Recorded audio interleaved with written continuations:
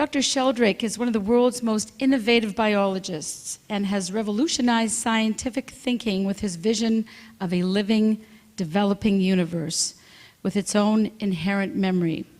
He first worked in developmental biology and is best known for this theory of morphic fields and morphic resonance. His latest book, The Sense of Being Stared At, develops his concept of the extended mind.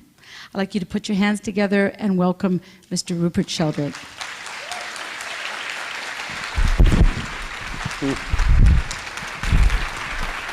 Thank you.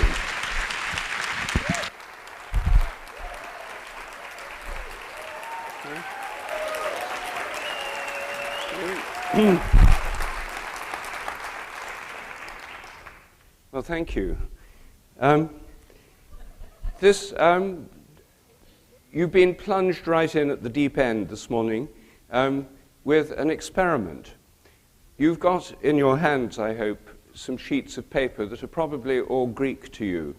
I'm going to ask you to take part in a very simple experiment before your minds are contaminated with theories or expectations.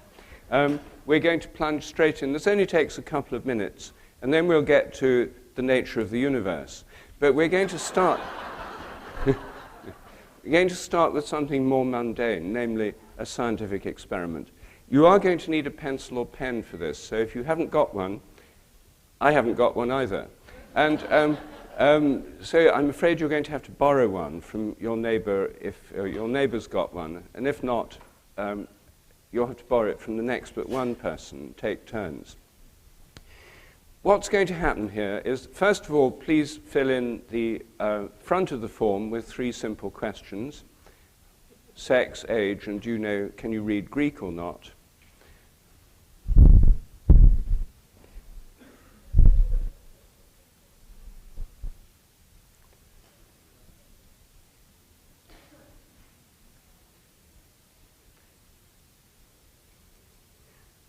Now, when you've filled that in, could you close the little booklet so that you're not looking at the Greek words?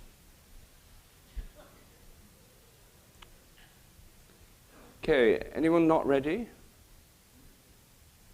Okay, what's going to happen now is that I'm going to show you 8 Greek words on this screen, and you'll be looking at them for 10 seconds.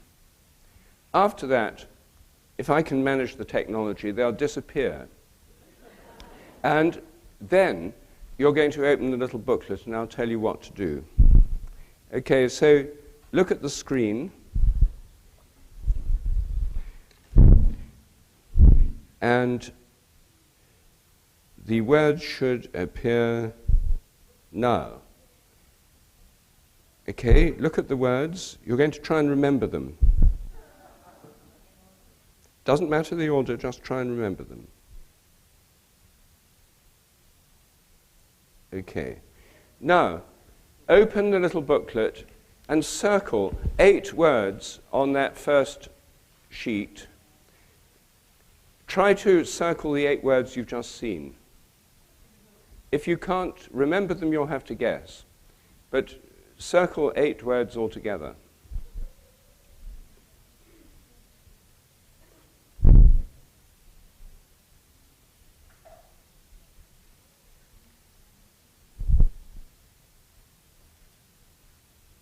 The first of the pages, the one that you immediately see when you open the little booklet.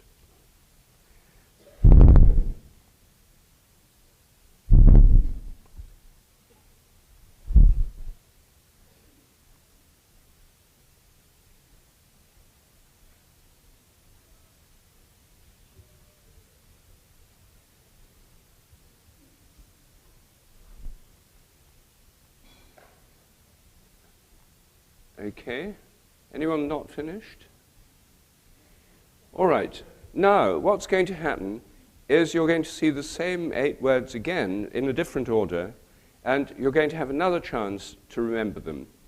And then you're going to turn over to the back sheet and circle another 8. So you don't need to turn over yet. Just concentrate on the 8 words that will appear on the screen in a few seconds.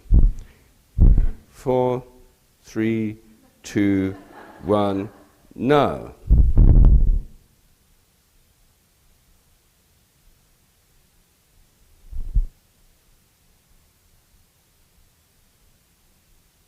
Okay, so now please circle 8 words on the last sheet, on the back of the little booklet.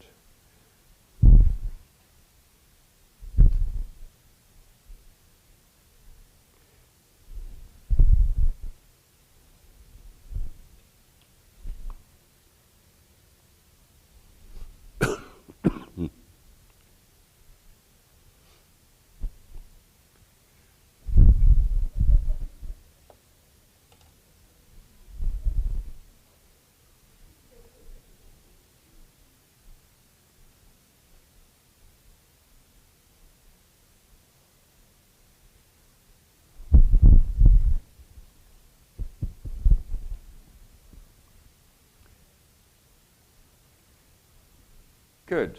So hopefully you've finished now. Could you pass them all to the end of the row, please, and we'll collect them up. That's the experiment's over.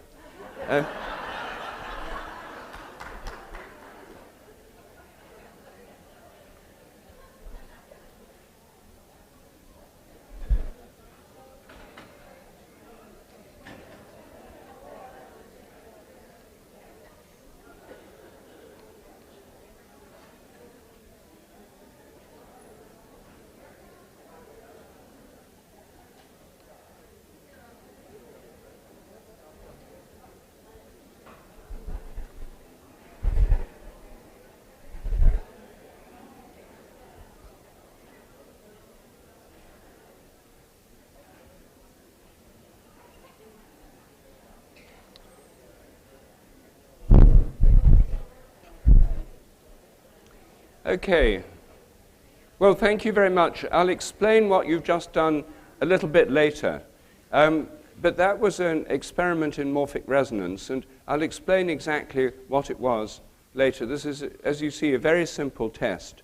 It has huge implications, but I'll wait until I've explained a bit more about the theory so I can explain the test. What I'm going to do this morning is talk about memory in nature, the idea that the laws of nature are more like habits. And I'm going to talk about morphic resonance and the collective memory, which is inherent in all species. This is, at first sight, a very radical hypothesis. But what I'm going to argue is that this is something that we're all going to have to think about whether we like it or not. Because science is in a state of crisis. Two of the most fundamental paradigms or models of reality in science have come into head-on collision with each other. Most people don't realize it's happening because it's happening slowly. It's more like two great tectonic plates colliding, and when they collide, you don't notice anything. Then there's an earthquake or a volcano or something. These two tectonic plates of theory are crashing into each other, and they're going to force us to change our worldview. Now, I think that the change they're going to bring upon us is a change towards the idea of a memory in nature, the whole of nature, the whole universe, having a memory. In order to put it in context, I'm going to talk about these two worldviews. And this involves a sort of fast forward through 2,500 years of intellectual history in about 5 minutes. So you're going to have to fasten your seat belts for this. What I'm going to do is show how these two fundamental models that we've all inherited, that we've all got part of in our psyche, are in collision and are going to force theoretical changes. The two fundamental models I'm thinking of are ones that we've inherited from the Greeks and the Jews, the two main ingredients of Western civilization. They are the ideas of eternity, the idea that nothing really changes, and the idea of evolution, the idea that everything changes and develops in time. The idea of eternity is something we inherited from the Greeks. The ancient Greek philosophers were obsessed with the idea that behind this world we live in, there's a timeless realm, a realm where nothing really changes. They probably got this idea from mystical experiences. Lots of mystics through the ages have said they've experienced a realm beyond space and time. The Greeks may have been influenced by mystery cults, mystical groups of people, influences from Asia, we don't know. But the fact is that the Greek philosophers were each trying to find their own solution to the mystery of eternity. They came up with different answers. Pythagoras and his school came up with the idea that the ultimate eternal reality is mathematical, that behind the world of appearances there are eternal mathematical truths, ratios and proportions and harmonies, which are true everywhere, at all times and in all places.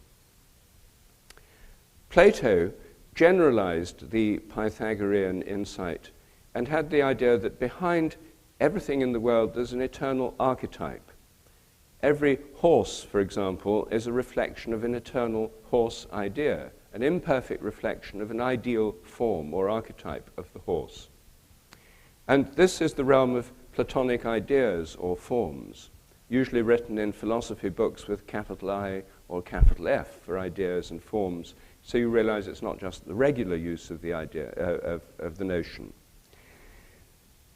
So those were two ideas that said that the eternal reality is beyond space and time, outside space and time, essentially living in some kind of eternal mind.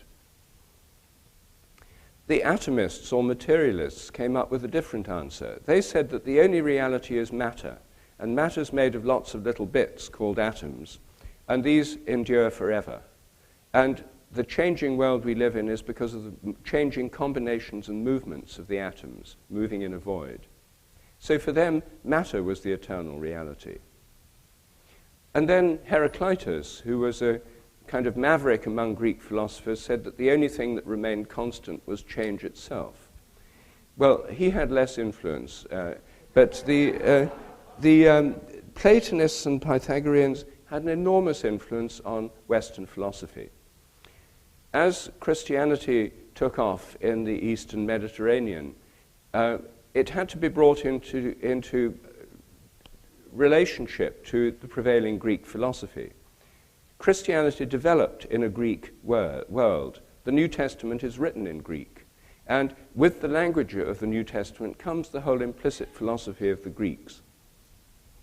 And it was relatively easy for early Christian theologians like St. Augustine to see how the Platonic philosophy could be fitted into a Christian theology. The Platonic forms or ideas were none other than ideas in the mind of God, aspects of the Logos, the second person of the Trinity. And God thought these ideas eternally.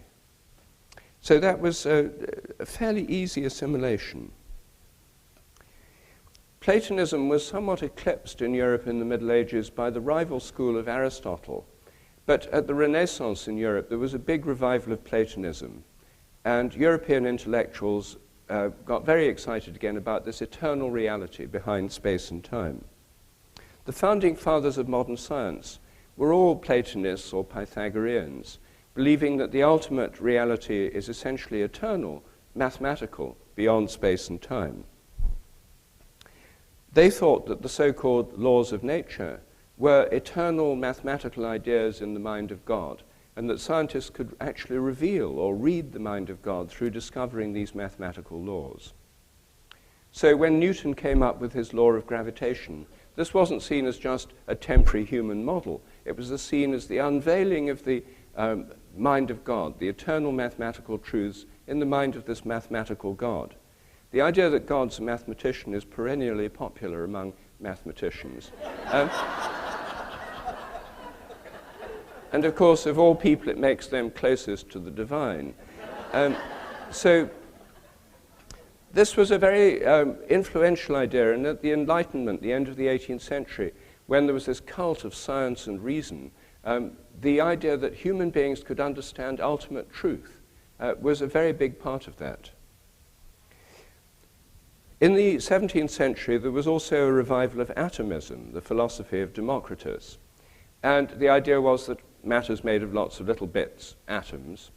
And basically, 17th century science, which laid the foundations for the sciences that we now have, was a kind of cosmic dualism of material atoms governed by eternal laws which were beyond space and time, that were themselves not physical. But they governed the physical atoms. No one explained quite how, but that was what was laid into the foundations of science, and has remained so till this day. In the 19th century, the permanence of the atoms was enshrined in the principles of the conservation of matter and of energy. And the conservation principles say the total amount of matter and energy and angular momentum and electric charge are always the same. And the laws that govern them are always the same. And that's why science is supposed to be, any experiment is supposed to be repeatable anywhere at any time, because the laws of nature are the same at all times and in all places. This is the implicit philosophy underlying science. The universe is eternal, matter's eternal, the laws are eternal. And most physical and chemical scientists just take this for granted. When you look at the Mendeleev's periodic table of the elements in chemistry, you don't have any sense that this could have evolved. It's like a Platonic form of the elements and how they are, a kind of rational order of things. In the 17th century, the founding fathers of modern science, who were all Christians, believed that the universe, although essentially eternal, was actually created by God in time. God was like a great machine maker who created the laws of nature and the universe, pressed the start button, and then the whole universe went on like a great machine. That was what they thought. But by the end of the 18th century, with the growth of atheism, people wanted to get rid of this engineering God who started off the universe. There was a simple intellectual move by which you could do this. Just proclaim that the universe is eternal. Then you don't need a God to start it off. And that's what Laplace, the great French physicist, did. When Napoleon asked him what place God had in his scheme of things, he said, "Sir, I have no need of that hypothesis." Because they'd already got a stripped-down version of God as a kind of mathematical engineering creator who just started things off and then stood back. And by making the universe eternal, you could get rid of that kind of creator God. So the universe was eternal, the laws were eternal, the matter was eternal, the energy was eternal. When Einstein worked out the equations of his general theory of relativity, he found that they showed that the universe should either be expanding or contracting. He couldn't believe that was true because the universe must be eternal. So he introduced the cosmological constant into his equations to make sure it stayed the same. He later considered that his biggest mistake. But the universe, because it was later discovered, the universe is actually expanding. But that was a huge shock to Einstein because so deeply embedded in the thinking of physicists was this idea that everything's eternal, that it was a terrible shock for him to find that perhaps the universe isn't eternal, that it's unstable, it's expanding. Well, these are the ideas that have got totally built into our conception of reality through physics and chemistry, this notion of eternity from the Greeks. But the other great notion that's changed our thinking is the idea of evolution, and that is rooted in the thinking of the Jews. The Jews were the only ancient people who saw time in a linear, progressive way. All the other great civilizations and people of the ancient world saw time as eternal, moving in cycles. They saw eternal cycles. Whole universes came into being and passed away, and new ones appeared forever. So the eternity goes with the idea of cycles, and that goes with the idea of reincarnation. The ancient Greeks believed in those things. The Indians do to this day. The Buddhists, with their cosmology derived from the Indian one, implicitly do as well. So the idea of eternity is the standard default setting for most ancient civilizations. The Jews were different, though. They had a model of history that was modeled on a journey, and the prototypic journey was the journey out of bondage in Egypt, through the wilderness, and to the promised land. This was a journey with a goal. And the goal originally was like the recreation of paradise, like rediscovering Eden, the promised land where there'd be peace, prosperity, brotherhood. It would be like rediscovering Eden at the end of history, paradise.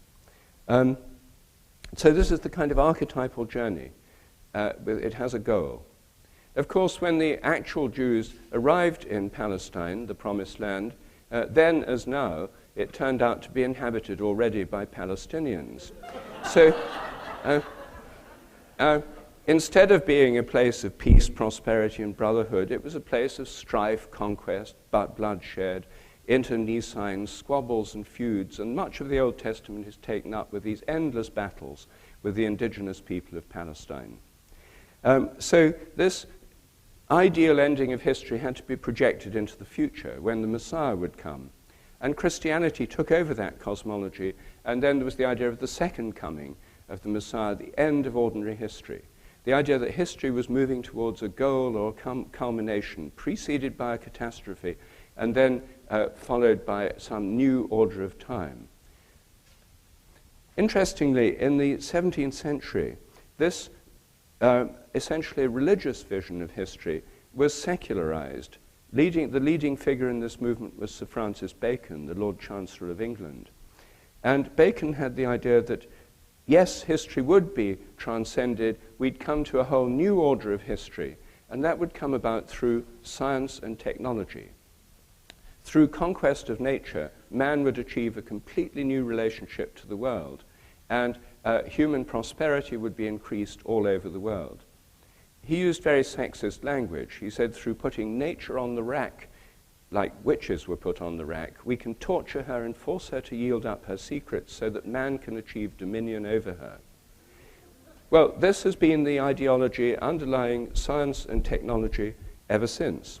And his vision was that governments would sponsor a kind of scientific priesthood. Each country would have a kind of National Academy of Sciences as the officially approved scientific priesthood that would, under government control and direction, enable human beings to dominate and control nature, unleashing a new era of prosperity. Well, that vision of progress through science and technology has now conquered the world. No other ideology has ever conquered the world as that one has. Every government in the world is now into economic development through science and technology. It's an enormously successful vision. It's also at the root of our environmental crisis. It's produced all the damaging effects that we're living with today and fearing more of in the future.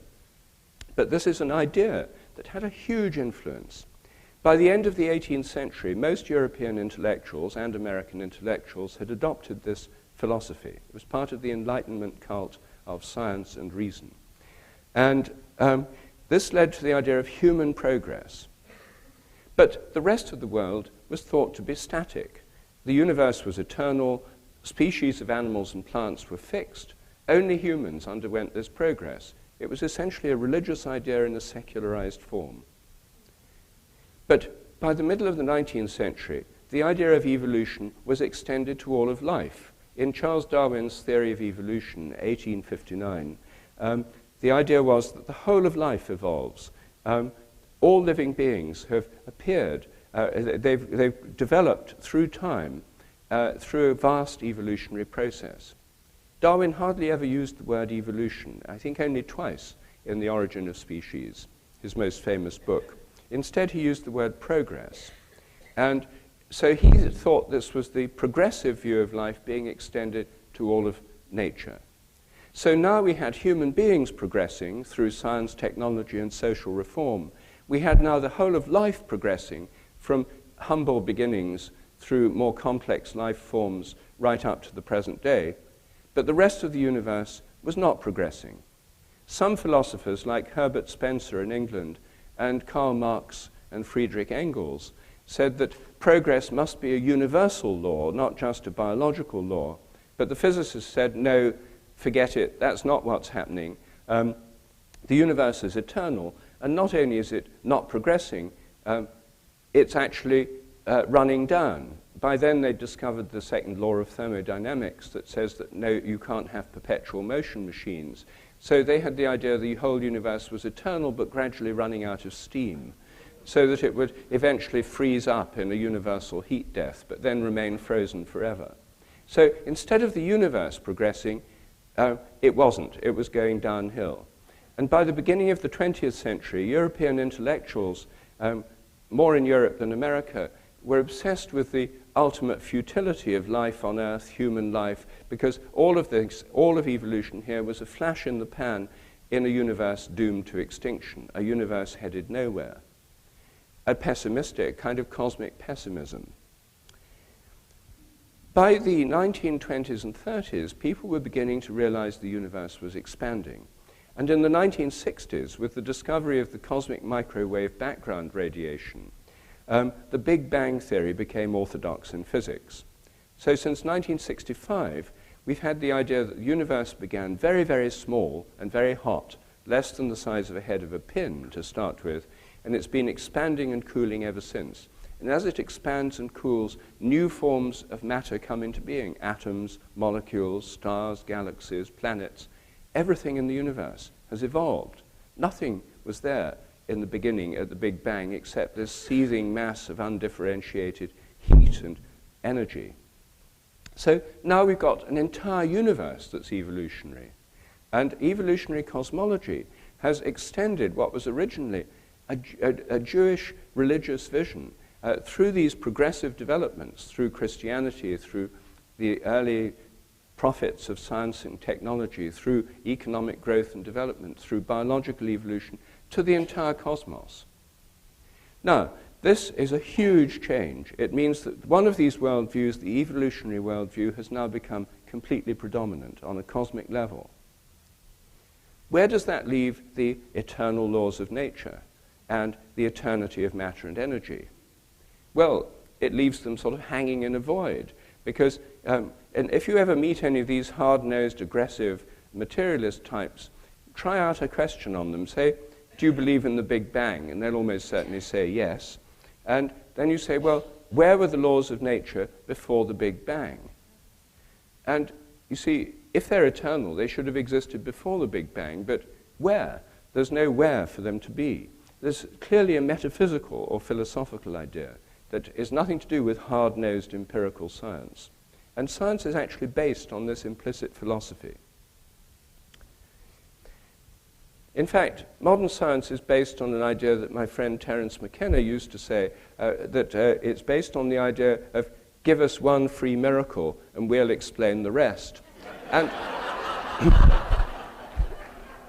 and the one free miracle is the coming into being of the entire universe, all the matter and energy in the universe, and all the laws that govern it, from nothing in a single instant. So the Big Bang theory is radically evolutionary, and it raises the question that if everything else evolves, why can't the laws of nature evolve too? Why not? I mean, there's nothing, we can't prove they were all there in the form they are today at the moment of the Big Bang. Everything's evolutionary, why not the laws? And as soon as you ask that question, you realize that the concept of laws of nature is very anthropocentric. The idea of law is confined to human societies, and in fact to civilized societies. It projects onto the whole of nature a very human concept. As C.S. Lewis once said, to say that a stone falls to earth because it's obeying a law makes it a man and even a citizen. And so it's an extraordinary metaphor when you think about it. And if you do think about it, you realize that human laws do actually evolve. The laws of the US are not the same today as they were 100 years ago. So as a metaphor, it would imply evolving laws. But I think it's a very poor metaphor, and I think a much better one is habit. I think as the universe evolves, it develops new habits. Through repetition, habits become more and more repetitive, more and more predictable, and they become more and more as if they're governed by eternal laws. But with new phenomena, then you can actually see habits build up. This essentially is the idea of underlying morphic resonance. Morphic resonance is a theory that tries to explain how the universe can have developing habits. Habits imply memory. And how would this memory work? Well, the suggestion is that it depends on similarity. The more similar something is to something that's happened before, the more it will be influenced by it. And morphic resonance is the process whereby similar things in the past influence similar things today.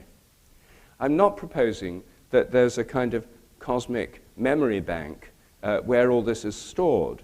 Memory is not a spatial phenomenon, it's a temporal phenomenon. It's to do with relationship in time. And I think morphic resonance depends on a kind of direct resonant effect of anything in the past on anything in the present that's sufficiently similar. By anything, I mean self-organizing systems like molecules, atoms, crystals, plants, animals, societies, planets, solar systems, galaxies. All of these organize themselves. They're radically different from machines, which are organized in accordance with human designs and put together in factories. In nature, most things organize themselves. In fact, everything organizes itself. Self-organizing natural systems have an inherent memory. And what I'm suggesting is that each species and each kind of thing has a kind of collective memory. Every individual contributes to it and draws upon it. We all draw upon a collective human memory, and in turn we all contribute to it. Every spider draws on a collective spider memory, including spinning webs, and contributes to it. Every migrating swallow depends on memory of the species, including previous migrations over the centuries.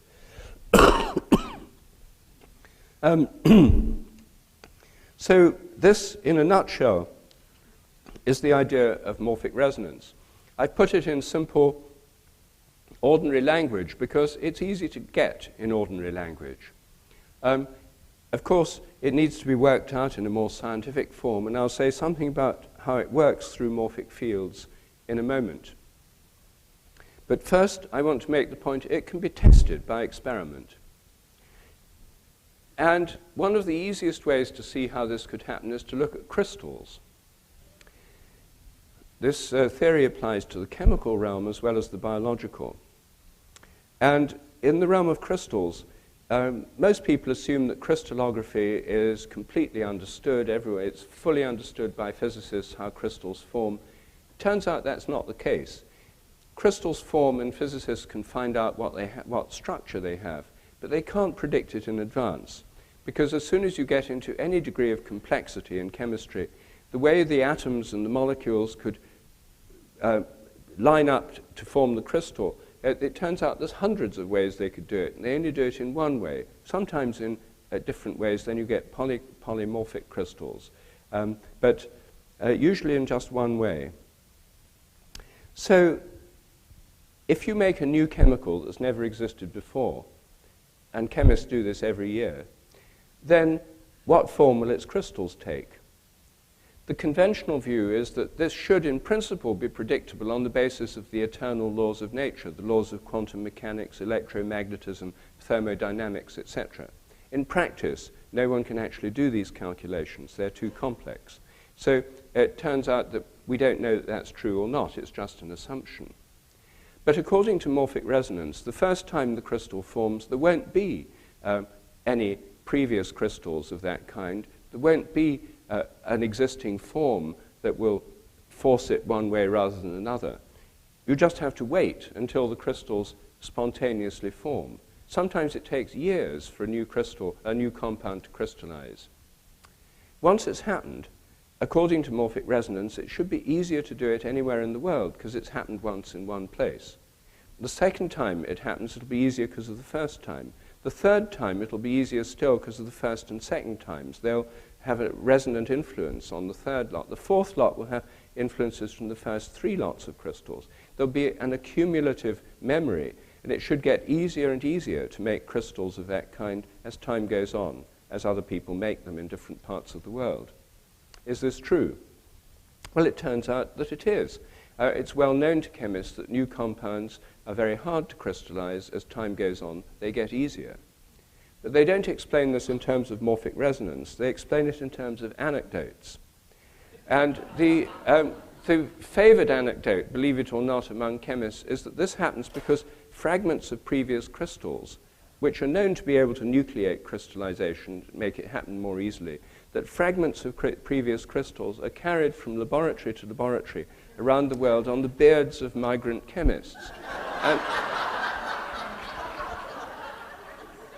And if there haven't been any bearded chemists visiting, it's assumed that they've been wafted around as invisible dust particles in the atmosphere. Now, these theories are testable, but they've never been tested.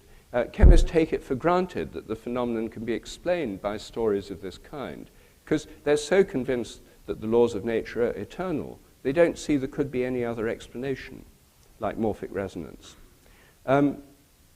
I'm saying that it should get easier to crystallize these compounds as time goes on, even if you exclude migrant chemists and filter dust from the atmosphere, it should still be easier.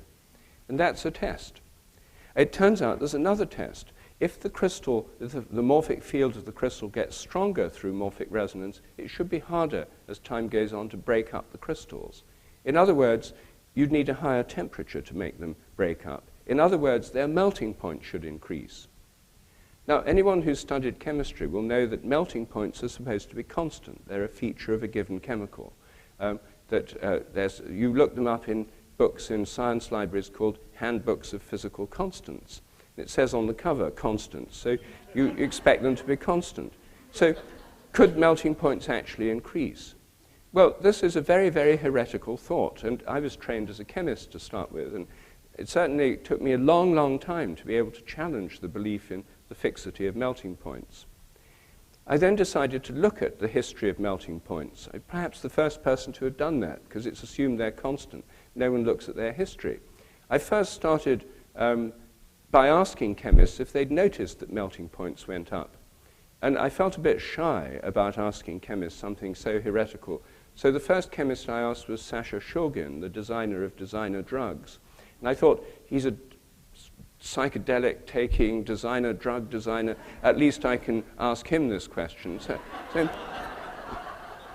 So I did. Far from reacting with shock and horror, he said, well, sure, you know, when you make new compounds, you often find the melting point goes up over time. So I said, well, how do you explain that, Sasha? And he said, well, he wasn't thinking of morphic resonance, he just gave a kind of conventional chemical explanation. He said, well, as time goes on, you get better at making it, they're purer samples, and purer samples have higher melting points, because impurities lower the melting point. Well, that's true. And actually, since then, I found every chemist I've discussed this with has come up with the same answer. Well, if melting points go up, it's just because you're getting purer samples. And I said, well, how do you know they're purer? And they said, well, they must be purer because they've got higher melting points. So I decided to look at a range of compounds that have been around in nature for millions of years in crystalline form. You wouldn't expect to see a change after millions of years, billions and billions and billions of crystals. Then you'd hardly notice any difference today. They probably reach some kind of asymptotic limit and stabilize. But new compounds should show increases in melting point. Ones that have just been crystallized in recent times. Well, here is an example of melting points of amino acids. And on the left, we have amino acids that do crystallize in nature. Asparagine, cysteine, and glutamine all occur in nature. And these graphs show that the melting points have hardly changed. 1935, 1980, 1996. These melting points are indeed constant, as you'd expect if melting points have morphic resonance effect in them, and these have been around in nature for a long time. On the other side, we see amino acids that were first isolated and crystallized in the 20th century. L-leucine, for example, there it is in 1930, and by 1958, its melting point had gone up about 25 degrees centigrade. Here we have L-tryptophan in the middle. Its melting point in 1901 was 252. It's now 289. So we see these big increases in melting points, not fractions of a degree, but tens of degrees. This is one set of comparisons. Another set here are compounds that occur in nature and then chemical derivatives only made in the recent century or so. There at the top is L-cocaine, which occurs in coca leaves. and there's very little change. Cocaine hydrochloride, the cocaine of commerce, made by extracting coca leaves with hydrochloric acid, has shown an increase in melting point of about 14 degrees since 1915. Penicillic acid is in excretions of molds.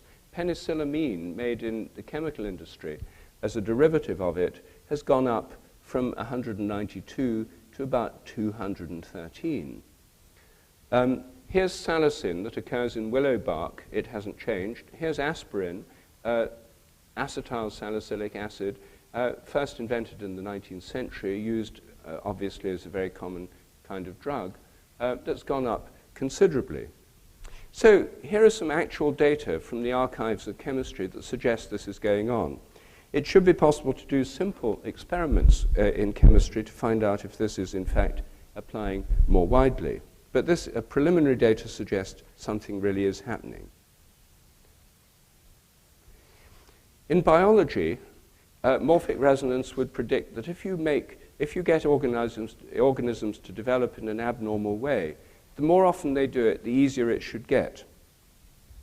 Here's a normal fruit fly, which is a favorite organism of geneticists, an unfavorite organism of many householders, but unfortunately this became a real personal clash for me when I proposed doing a whole series of fruit fly experiments at home.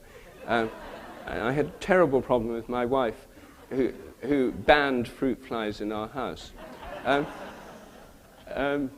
So that's the regular fruit fly. Here's a mutant one where the balancing organs, the Holters, have been turned into an extra pair of wings. So these are unusual fruit flies. Now it turns out you can find these with mutations, but also if you treat the eggs of fruit flies with ether 3 hours after they're laid, you can produce the same abnormality without genetic change, a bit like thalidomide babies. Chemical change in the environment can lead to an abnormal form. If you do this over generations, the first generation, only about 2% are abnormal. And if you keep doing it, the percentage goes up and up and up till you're getting about 30% abnormal. This has nothing to do with mutations. It shows that by acquiring a characteristic by an environmental influence, it becomes more likely to happen again. You stop giving them the ether, and the abnormal ones go on being produced in a declining rate over many generations. This is a fascinating finding. It goes against the findings of regular genetics. It's not what you'd expect. But even more surprising is that in this particular experiment, after the 10 generations had been going on, a fresh batch of flies were treated with ether. In the first generation, instead of 2% being abnormal, it was 10%. The second generation, instead of 5%, it was 20%. So it was getting easier and easier for this abnormality to appear. This is what you'd expect with morphic resonance. The same applies to behavior. If rats learn a new trick in Seattle, it should get easier for rats all around the world to learn the same trick. Just by morphic resonance. They don't need to know about the rats in Seattle. They don't need to squeak to them over the telephone. There doesn't need to be any kind of normal communication. There's a kind of collective memory building up. It turns out that people have actually observed this effect. At experiments carried out at Harvard on rats, it was found that rats could be trained to escape from a water maze. The first generation found it very hard to escape. It took hundreds of trials before they discovered. The next generation, it got easier and easier. They made fewer and fewer errors. This suggested that they could inherit something their ancestors had learned. But this is one of the big heresies in biology, Lamarckian inheritance, the inheritance of acquired characters. Not supposed to happen. In fact, it does. And in these Harvard experiments, they were very controversial. And people said, well, obviously it must be genetic selection because in each generation they must have taken the parents that learned smartest, that learned quickest as the parents of the next generation. So there must have been unconscious genetic selection for smarter rats.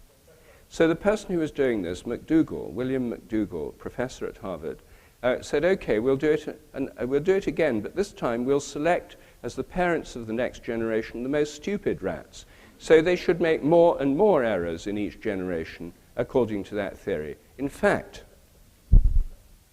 these are the number of errors, and as you see, the number of errors fell dramatically over time with generations of stupid rats. They should have been going the other way.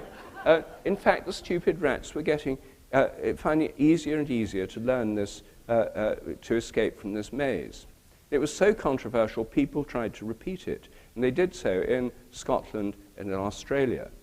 The Scottish and Australian rats took up more or less where the Harvard rats had left off. And they showed the same effect. But the Australians they got another batch of rats, and in each generation tested rats whose parents had never been exposed to the water maze. They were getting better too. So it couldn't have been a genetic change. So everyone heaved a sigh of relief and said, oh, it's nothing to do with modifying the genes. Standard genetic theory is fine. But what they didn't explain was the effect itself. This was left completely unexplained because it didn't fit in. And these data are lying there in the archives and fit perfectly with the idea of morphic resonance. Now, the idea of morphic resonance should also apply to human beings. It should be getting easier to learn things that others have already learned. It should be getting easier to learn to program computers, do windsurfing, skateboarding, any of these new skills that people learn. Most of them are getting easier to do, but of course it could be because of TVs, instructional videos, better designs, new training methods, and so forth. So to test morphic resonance, you need to do specially designed experiments. One experiment that I conducted in Europe in the 1990s is, in the 1980s even, one of the first experiments involved puzzle pictures. This is a puzzle picture, as used in this experiment. Now, if you look at it, you may not actually see very clearly a particular image that's hidden within it. If you just look at it for a little while, see if you can see it. I'm going to show you the answer in a moment, and then I'm going to ask you how many of you actually saw that. I know it's going to be a small minority. Now, okay, there's the picture. Here's the answer.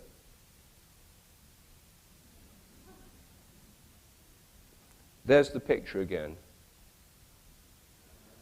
Yeah. Now, how many people got that first time round? Thank you. It's about, I should guess, about 5%. Well, what we did, we had two pictures like this. We showed one of them on British television to 8 million people and melted the puzzle picture into the answer and back again, so 8 million people got it. Meanwhile, we tested people in Germany who couldn't see British television.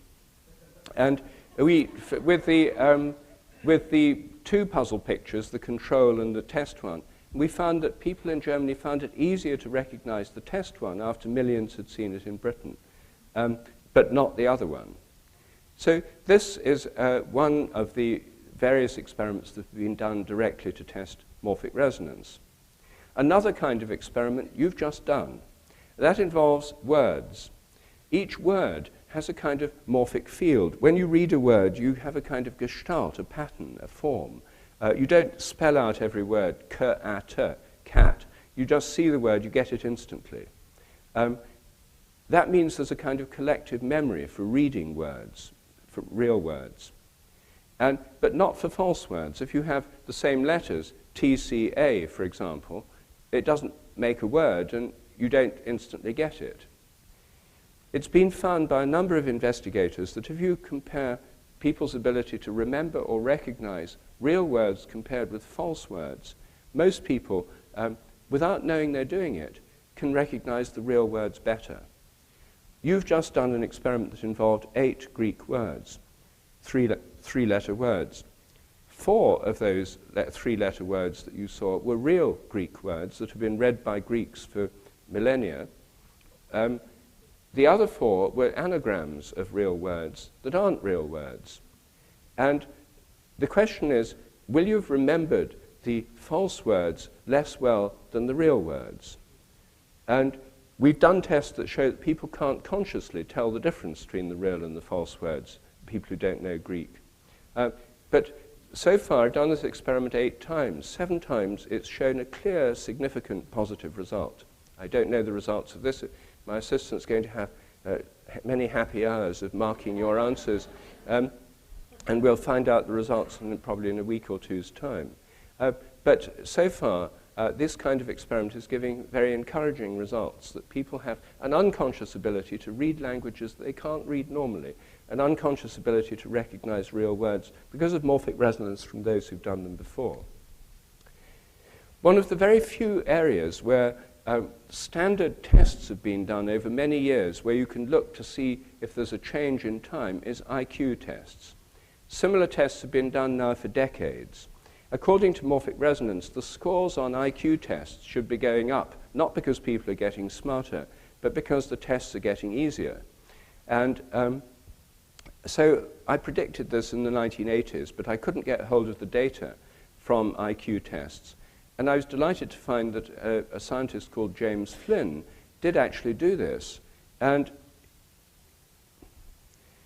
he found that in the US, there's been a very dramatic increase in average IQ test scores since the 1910s, right up to the present day, showing a really significant increase. This has been mirrored in many other countries too. IQ tests are getting easier to do, but people are not getting smarter by any other criterion. This is now called the Flynn Effect, and it really baffles psychologists. Flynn himself says he's baffled by it. People have tried to explain it in terms of better nutrition, more brain growth, more TV.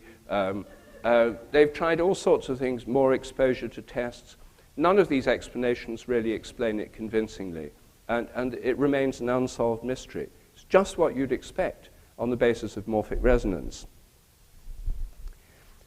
A couple of years ago, my older son, who was then 16, was doing the national examinations in Britain, which we call GCSE, General Certificate of Secondary Education. Everyone in the country has to do the same exams, and of course they do them at the same time.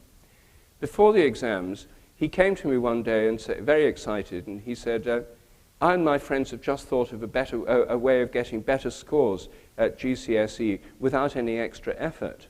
And I said, well, that sounds a good idea. What's it based on? He said, morphic resonance. And so I said, well, how did you work that out? And he said, well, one of my friends had been reading your book. Note, he hadn't, but one of his friends. And he said, and we were discussing it, we came to the conclusion that if in the physics and maths tests, for example, where there are 15 questions, if we do questions 14 and 15 first, and then go back to question 1, 2, 3, 4, we'll be about 10 minutes behind everyone else in Britain for all those other questions. We'll get a boost by morphic resonance.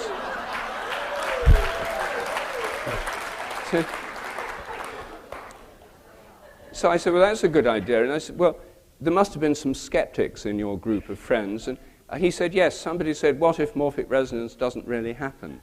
And so we concluded that if it doesn't really happen, we wouldn't lose anything, but if it does, we'd gain something. So they actually did it. They all did very well, but they're probably smart in the first place. But it turns out this is a very good way of testing it.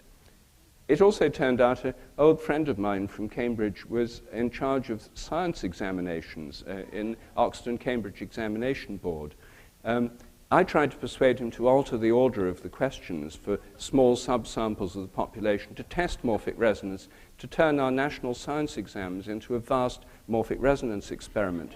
He was intrigued by the idea, but in the end felt he couldn't risk his career on something so controversial. It turns out that in Holland, all exams are done with people at alternate desks have papers in questions in a different order, A and B forms of the questions. So one lot do questions 1 to 8 and then 9 to 16. For the other lot, 9 to 16 are called 1 to 8, and then 1 to 8 are called 9 to 16. So people at adjacent desks can't copy from each other. That means in Holland they've already got a huge database of exam results that could be used to test this theory. And a colleague of mine at Amsterdam University, Dick Bierman, has already looked at some of their university exam results and found that in 7 out of 8 papers, morphic resonance, the morphic resonance prediction has come true. There were higher hit rates, higher success rates when people did questions later than earlier. They're now, at this moment, examining dozens more papers from results from Dutch examination papers to see if this effect shows up.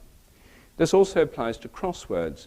It should be easier to do the New York Times crossword from tomorrow, than it was today. And some tests have been done to test this with positive results. So this is a very testable theory. It leads to the idea of collective memory, and the idea of a collective human memory is, of course, not a new one. It's been around for a very long time. Jung, the psychologist, suggested we all tap into a collective memory.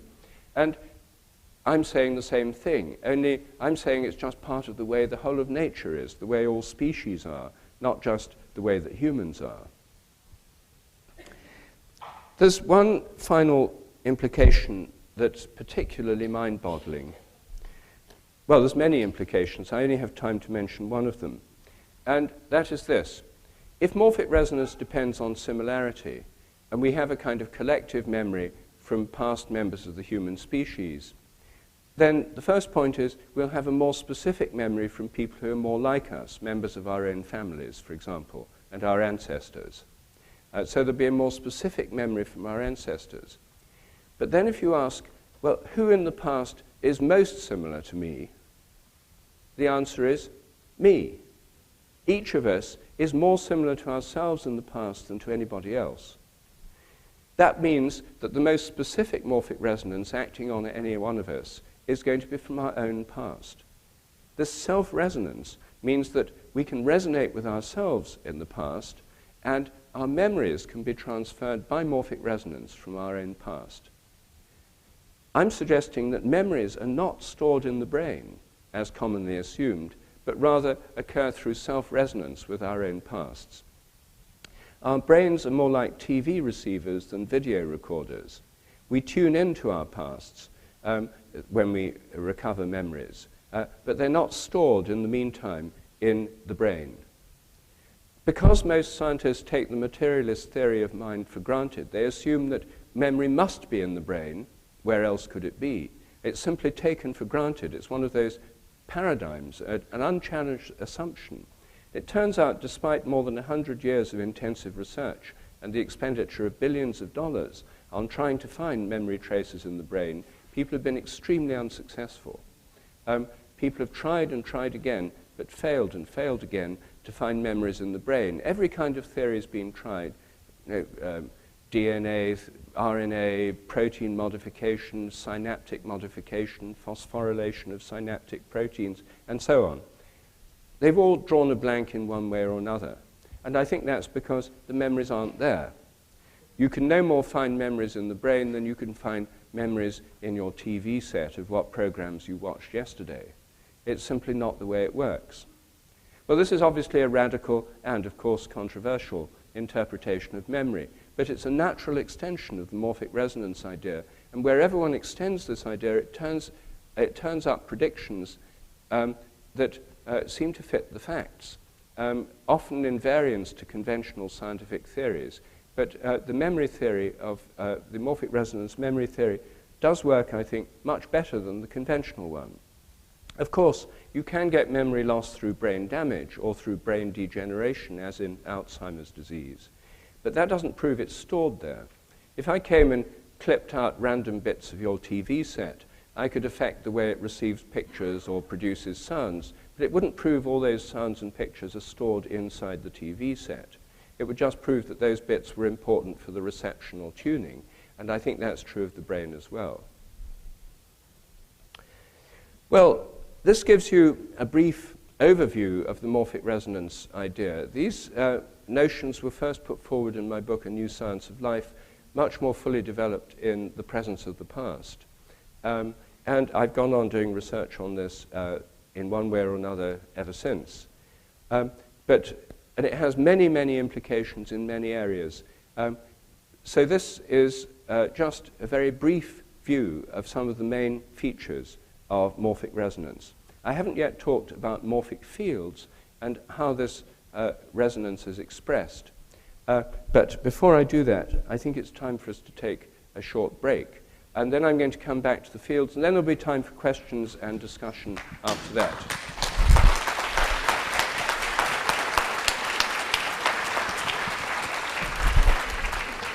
I'm trying to cover a great deal of material this morning, and that means that there's less time for discussion. I know some people here have a lot of questions, and I wish we had more time or more opportunity, but it's a kind of trade-off. And so I'm going to try and tell you something about morphic fields and the extended mind and some of the experiments I've been doing, and I hope we'll have time for some questions and comments at the end. So the idea of morphic fields is that self-organizing systems have fields which organize them, give them their shape or form. And every self-organizing system has a vibratory pattern of activity. Every atom, every molecule, every crystal, every cell, every human body all have rhythmic patterns of activity. And it's those rhythmic patterns of activity that resonate across space and time. The idea of morphic fields grows out of the idea of morphogenetic fields in biology. I started as a developmental biologist, and the idea of these fields was first put forward in the 1920s to try and explain how developing organisms develop. Genes alone and chemicals alone are not enough. Your arm and your leg have exactly the same genes in them, exactly the same chemicals, but they have different shapes. There's something about developing organisms that acts like a kind of architect's plan, a building plan for the organ. And as organs grow, they take up particular shapes. And the idea is that morphogenetic fields, fields concerned with the coming into being of form, morphogenesis, are what shape them. This idea has the additional attraction that fields are inherently holistic. Fields can only come as wholes. You can't get a bit of a field. You can't have a bit of a gravitational field or a bit of a magnetic field. And if you think about it, this holistic property is a key feature of fields of all kinds. If you have a magnet, a bar magnet, and you cut off the North Pole, you don't get an isolated North Pole. What you get is two magnets, each with a North and a South Pole. They instantly regenerate a whole magnetic field. And this was one of the analogies in the idea of morphogenetic fields right from the beginning. And it helps to explain how living organisms have the ability to heal themselves after damage. These fields are integrative and healing in their effects. In the most dramatic cases, they underlie regeneration. You see, this is very different from machines. If you have a machine, the machine's put together with different parts that are designed by an external mind, a human mind, and they don't have a holistic quality. If you cut a machine in half, all you get is a broken machine. But if you cut certain organisms in half, each half can grow to form a new organism. And this regenerative capacity is very strong in many plants and lower animals. If you cut a willow tree into lots of little bits, each bit can become a new willow tree with shoots and roots. Just like if you cut a magnet into little bits, each little bit is a complete magnet with a complete field. If you cut a flatworm into pieces, each piece of the flatworm can grow back into a new worm.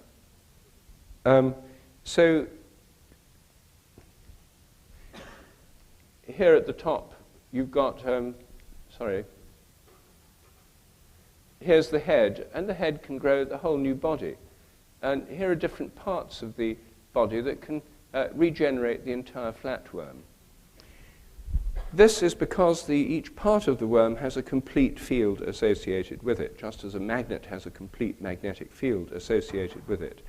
I think these morphogenetic fields provide an integrating way of understanding healing processes in general. This is a dragonfly embryo within the egg, and normally the lower part of the egg would form the lower part of the embryo. In this case, the egg was tied off and this part was killed. The lower part of the egg now forms a small but complete embryo, showing the capacity of the system to organize itself as a whole. This is an experiment involving the removal of the lens from the eye of a newt. So here's a hole where the lens used to be, surgically removed. And what happens is the newt regenerates a new lens from the edge of the iris. Normally, the lens forms from the folding in of external skin, not from the edge of the iris. But somehow, the eye has a capacity to form its whole normal form by an unusual method through regeneration from the iris. And again, the presence of an organizing field would help to explain this, whereas a purely mechanistic explanation in terms of just chemicals and genes just couldn't possibly begin to explain this kind of thing. I'm suggesting that morphic fields depend on morphic resonance. They have a kind of memory from many members of the species in the past. Since all the members of the species are slightly different, it means the fields are probability structures. And here's an analogy. These are average scientists from the John Innes Institute in Norwich, England, made by superimposing photos of 30 female and 45 male scientists. And what you see is a kind of probabilistic outline of the average scientist's face. And I think if you could see morphogenetic fields, they'd be a bit like that, sort of blurred at the edges. They work probabilistically like quantum fields. And morphic fields are arranged in nested hierarchies. These could be subatomic particles in atoms, atoms in molecules, molecules in crystals, or they could be organelles in cells, in tissues, in organs, in organisms, in societies of organisms. Everywhere in nature we find this nested hierarchy, this ordering of parts within wholes, and the parts are themselves wholes at lower levels. And at each level the whole is more than the sum of the parts, because, I would suggest, it has a morphic field, which is what gives it its wholeness.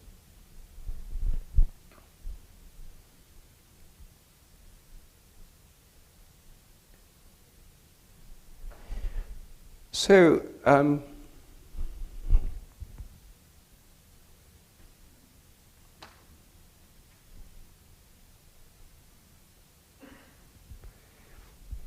that's a very brief overview of some of the ideas about morphic fields. And what I'm going to do now is take a huge jump, because we're covering virtually everything today. I mean, Bruce and I, between us, are going to cover all the mysteries of the universe. We're not going to solve them all, but we're going to touch on them here and there. So I'm moving now on to the mind and the nature of the mind.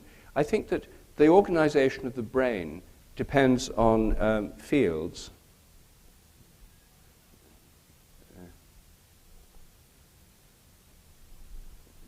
Sorry, I just turn this off.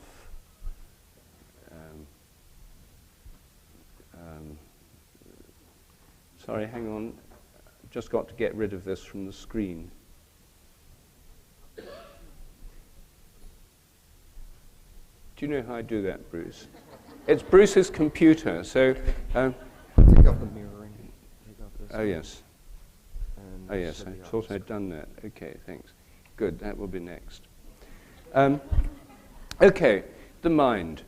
I think that the mind, the brain is organized by morphic fields which influence probabilistic processes. Morphogenetic fields shape the body. Then there's behavioral or motor fields which shape the activity of the nervous system by imposing patterns on what would otherwise be chaotic activities. Then there are social fields that organize social groups like flocks of birds and schools of fish and termite colonies. All of these are called morphic fields. All of them have morphic resonance. Morphogenetic fields are specifically those concerned with the development of form and maintenance of bodies. So they're like a species of the bigger genus morphic field.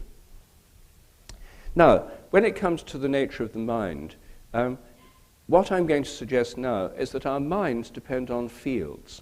and that the fields of our minds extend far beyond our brains. The standard view within science is that the mind is the brain. Mental activity is brain activity. This is the materialist philosophy of mind. And this is the taken for granted view in medical schools and in universities all over the world. It's never been proved. It doesn't make sense to most people, but nevertheless, it's taken for granted within scientific institutions. I'm suggesting instead that our minds extend out beyond our brains into the world around us through fields. We're all used to the idea that fields extend beyond material objects. Magnetic fields extend beyond magnets. The Earth's gravitational field extends beyond the Earth to keep the moon in orbit, for example. And the field of a cell phone extends beyond the cell phone. All that's standard modern technology, which is nearly all field-based. I'm suggesting minds are like that too, that the mind isn't just inside the head, but stretches out beyond it. And as soon as we get the idea that our minds can be extended beyond the brain, a lot of otherwise puzzling phenomena make sense. So I'm going to consider first vision as an example of this. What happens when you see something? Like you're seeing me now, and what's going on while that happens? Well, part of it's well known. Light's reflected from me, reaches your eyes through the electromagnetic field, small inverted images on your retinas, changes in the cone cells, impulses up the optic nerves, and activity in various parts of the brain. So far, so good. But all it gets us is activity in various parts of the brain. That's rather different from vision. The first problem is that science can't explain consciousness. There's no explanation in physics and chemistry for consciousness. And this is now called the hard problem, because no one knows how to solve the problem of consciousness from regular mechanistic science. But the second problem is less widely discussed, and that is that all this is meant to happen in your brain. So when you see me standing here now, what's happening is that changes are happening in your brain that mysteriously, in a way that no one can understand or explain properly, become conscious. But it's all meant to be inside your head. You have some kind of virtual reality display inside your brain that has an image of me in it, and this room and everybody else here, inside your head. Now, I'm guessing it doesn't actually feel as if it's all inside your head. And the theory I'm putting forward is so simple, it's hard to grasp. And that is that your image of me isn't located inside your head, it's located right here, outside your head, and it's in your mind, but it's not inside your brain. So I'm suggesting vision involves a two-way process, the inward movement of light and the outward projection of images. That everything you're seeing around you is projected out to where it is. Occasionally this goes wrong, then you have hallucinations or illusions. But usually it works well enough, and if it didn't work well, if you were projecting images to the wrong place, you wouldn't have got here this morning. You just need to project things accurately to the right place to survive and to move around. So I'm suggesting that vision involves a two-way process, inward movement of light, outward projection of images in mental fields. These are a kind of morphic field through which we're projecting out the whole world. If you look at the sky, you're projecting it out up to the sky. If you look at stars, you're literally projecting your mind out over astronomical distances. The conventional view is that it's all in the head. And the conventional view says that when you look at the sky you're seeing is inside your head. And as a recent paper in a leading scientific journal put it, it asked the question, is your skull beyond the sky? Because if it's in your head, what you're seeing, it should be. The skull should be beyond the sky. The answer they gave was, yes, it is, because it's all inside the brain. It's counterintuitive, and in fact, I think it's wrong, but that's the official view. I'm suggesting it really, the projected images are out there. That means you might be able to affect things by looking at them. It means you might be able to affect other people by looking at them. Of course, if they know you're looking at them, this is ordinary psychology. If you look at someone from behind, maybe you can affect them just by staring at them from behind. Does that happen? Well, the answer, according to surveys, is that most people have had that experience. How many people here have felt they were being stared at from behind? Well, that's almost everybody. Surveys show that it's over 90% in a normal population. There is a slight sex difference. More women than men have experienced being stared at, and more men than women have experienced staring at others and making them turn around. Well, most of us are mere amateurs, but through a research assistant of mine, I interviewed security personnel, private detectives, the drug squad at Heathrow, the police training college in England, sheriffs involved in surveillance work in the United States, and so on, store detectives and others. They all know about this. They take it for granted that if you're looking at someone, they're likely to turn around. These are people who spend all day watching other people. They're experts. In the martial arts, it's taken for granted. You can train your sensitivity to being looked at from behind. Very useful if someone's creeping up to attack you from behind. In the British Special Forces, the SAS, when people are trained how to creep up behind someone to stab them in the back, they're trained not to stare at the guy's back because he's likely to turn around and shoot you first. So these things are well known in the security and the military areas and in the martial arts. What does science have to say about this? The answer is practically nothing. Between 1895 and 1985, there's a total of 4 published papers in the whole scientific literature on this feeling of being stared at. The first 2 were written by skeptics simply dismissing it as an illusion, as a common illusion. Well, it's found all over the world. Adults have it, children have it. The reason I think it's so widespread is because it really happens, because most people have experienced it. I've done many experiments that are designed to test this. The simplest ones involve people working in pairs. One's blindfolded, the other one either looks or doesn't look in a random sequence. You have to guess if you're being looked at. Most people are right above chance levels. Now, hundreds of thousands of these tests have been done. Many of them have been done in schools, because children are more sensitive than adults. And school teachers are actually quite open to doing this in schools. Most of them are well aware of the power of the gaze. It's part of their stock in trade. And so these experiments on the sense of being stared at have been done on a mass scale now. You can find a summary of these results in my book, The Sense of Being Stared At, also on my website, The Technical Papers. It's also been done in a science museum in Amsterdam. Over 20,000 people have done this experiment already, and the results are overwhelmingly significantly positive. It seems to happen, even through windows, even through one-way mirrors, even through closed-circuit television.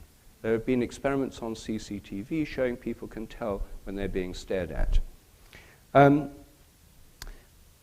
So it does seem to happen. Therefore, there's something about looking at people that seems to be able to affect them, and that shouldn't happen if it's all inside the brain. Yet the evidence is overwhelmingly in favor of it being real. And that is one way, I think, in which our minds project out into the environment. They connect us with what we're looking at in accordance with our attention. The word attention comes from the Latin root ad tendere, to stretch towards. Our minds stretch towards things that we pay attention to. Well, animals seem to be sensitive as well. Many people have found that they can attract the attention of animals by staring at them. Some people have found it works the other way around. And I think this has an evolutionary origin. Prey animals that could detect when predators are looking at them would probably survive better than ones that couldn't detect it. So therefore, I think that this is basically a predator-prey thing that's probably been around for millions of years. Animals have this sensitivity. And animals are most sensitive, most vulnerable when they're asleep. You would expect sleeping animals also to have this sensitivity, and indeed they seem to. Many people have found that they can wake sleeping animals by looking at them. Some people have found that dogs or cats can wake them by looking at them. And this is one of the areas I'm doing research on at the moment under the slogan, "Don't let sleeping dogs lie."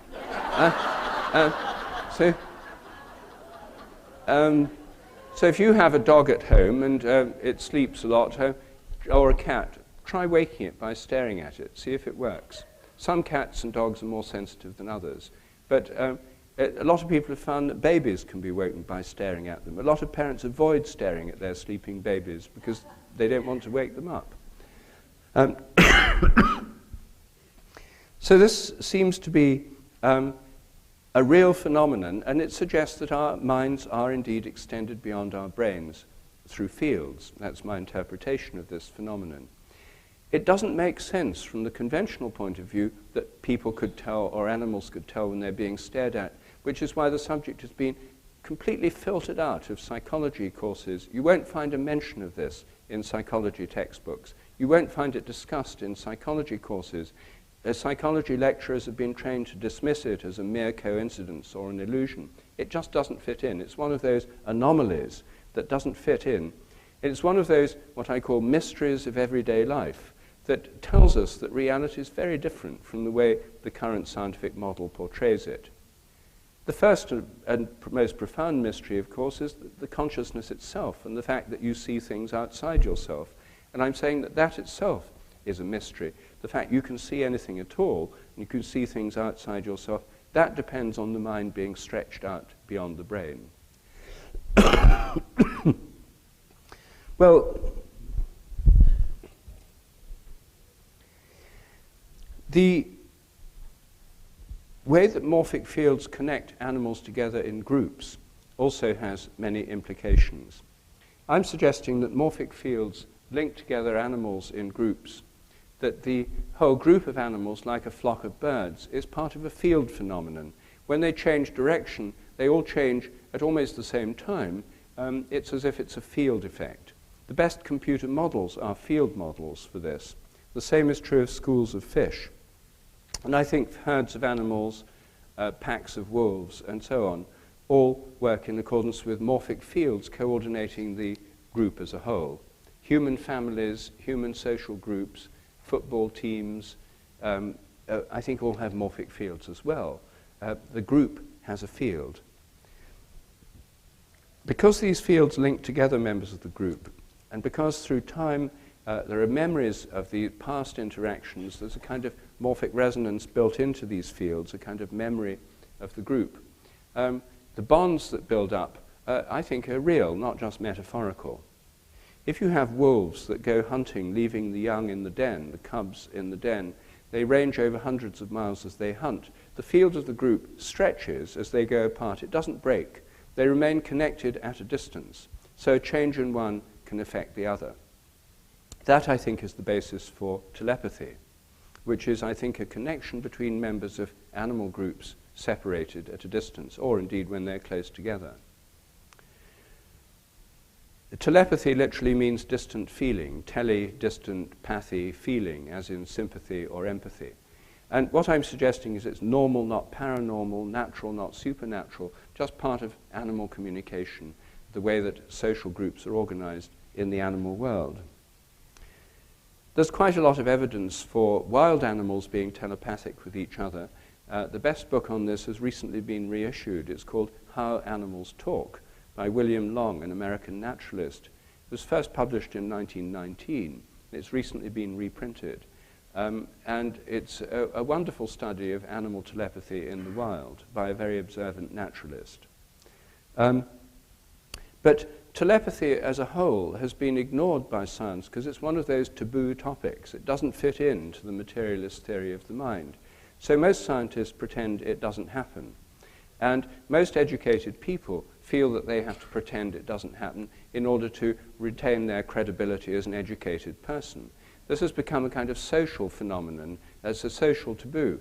One of the definitions of being an educated person is that you're not gullible, taken in by credulity and superstition. And telepathy has been classified as credulity and superstition. It's now opposed by well-organized and well-funded vigilante groups like SciCop, the Committee for the Scientific Investigation of Claims of the Paranormal. These skeptic organizations try to prevent the media reporting positively on investigations in telepathy because it's such a deep taboo. Most scientists don't work on it, not because they're not interested, because they can't get funding. And so it's one of those areas that's kept at the margins of science. I'm suggesting all this taboo stuff is totally unnecessary. It's a regular phenomenon. It can be studied scientifically, and it helps us understand more about the nature of minds and social organization. And part of my work in recent years has been looking at experimental investigations of telepathy in animals and people. Well, one of the things that many people have noticed is that their pets seem to pick up their intentions. And because pets are the animals we know best, and because they form bonds with their human owners, this provides a very fertile field for research. I discovered that there's also a taboo about investigating pets. Very little research has been done with pet animals, which is a shame because they're the animals we really do have the most observations on, because people live with them and see them night and day. So I started investigating this and found that lots of people have stories about their pets, picking up their thoughts or intentions. But this had never been scientifically studied before. So to do this research, I launched an appeal for information. I asked people to write and tell me about their experiences with their pets. And when I first did this in Britain, I was overwhelmed by the response. I just didn't know how to cope with it. I had hundreds and hundreds of letters. I ended up with my study ankle deep in letters, and I didn't know how to classify them. And luckily, some friends helped me set up a computer database. And this is the perfect way of classifying this information. Now most of it comes in by email, so it's easy to put on the database. I have more than 5,000 case histories in many different categories. These reveal a kind of natural history of these otherwise unexplained forms of animal behavior. Some scientists dismiss these stories by saying they're just anecdotes. And I heard this so often, I looked up the word anecdote to find out what it really means. It comes from Greek root meaning an-ekdotos. An means not, ekdotos means published. An anecdote is an unpublished story. As soon as it's published, as many of them are in medical journals, it's promoted to the rank of case history. And so case histories are basically published anecdotes. And as far as I'm concerned, the plural of anecdote is data. If you have lots and lots of stories from different people about the same kind of phenomenon, it shows something's really happening, or at least people believe something's really happening. I can't go through all the many fascinating cases of animal behavior I've encountered so far, but let me give you just one or two examples. We had hundreds of letters from people about their cats, saying that the cat seemed to be able to read their intention to take the cat to the vet, and the cat would disappear. After this happened several times, people got, it was annoying for them to find the cat disappearing, so people avoid trying to think of the vet. Some desperately say, don't think of the vet, don't think of the vet. The cat still disappears. They try to avoid letting the cat see the carrying basket and so forth. Some people, driven to despair by this happening over and over again, ring the vet from work so the cat can't overhear the conversation. And then they swing by home on the way from work to pick up the cat to take it to the vet's office. It's still not there. We heard so many of these stories that the next stage in this research, first natural history, collecting stories, second surveys. So we did a survey to find out how common it was. We called all 65 veterinary clinics listed in the North London Yellow Pages. We asked them if they had a problem with people missing appointments with cats. 64 out of 65 said, yes, it happens all the time, because people say the cat's disappeared. And the one remaining one said it happened so often they'd given up an appointment system for cats. People just have to...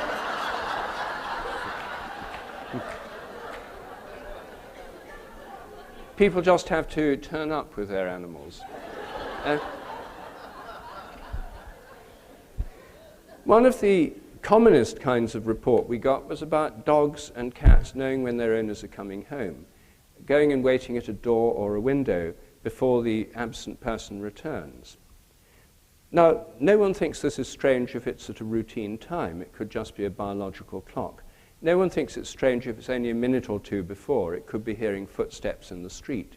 But in many cases, it happens when people come home at non-routine times, and also when more than 10 minutes in advance, when they're still several miles away. What's going on? Well, I discussed this with a skeptical friend who said to me, when I told him about it, he didn't deny the phenomenon. He said, oh, my dog used to do that. My mother always knew when I was coming home, even half an hour in advance. And I said, well, how do you explain that? I said, it couldn't possibly have been the dog hearing your car engine from many miles away. He said, oh, on the contrary, it just shows what sharp hearing they've got. So that was what led to the idea of an experiment. The experiment is go at least 5 miles away from home, come home at a random time in a taxi or other unfamiliar vehicle. We've now done hundreds of these tests. We videotape the place the dog waits. We know exactly where it is all through the period when the person's on the way out and on the way home. And what we find is that over and over again, the dog goes and starts waiting when the person's on the way home, or in the most sensitive dogs, when they form the intention to go home before they've even got into the taxi. It seems to be responding to their thoughts, their intentions at a distance. There's now a lot of evidence for this. Cats do it too, less cats than dogs, not necessarily because cats are less sensitive, some of them just are less interested.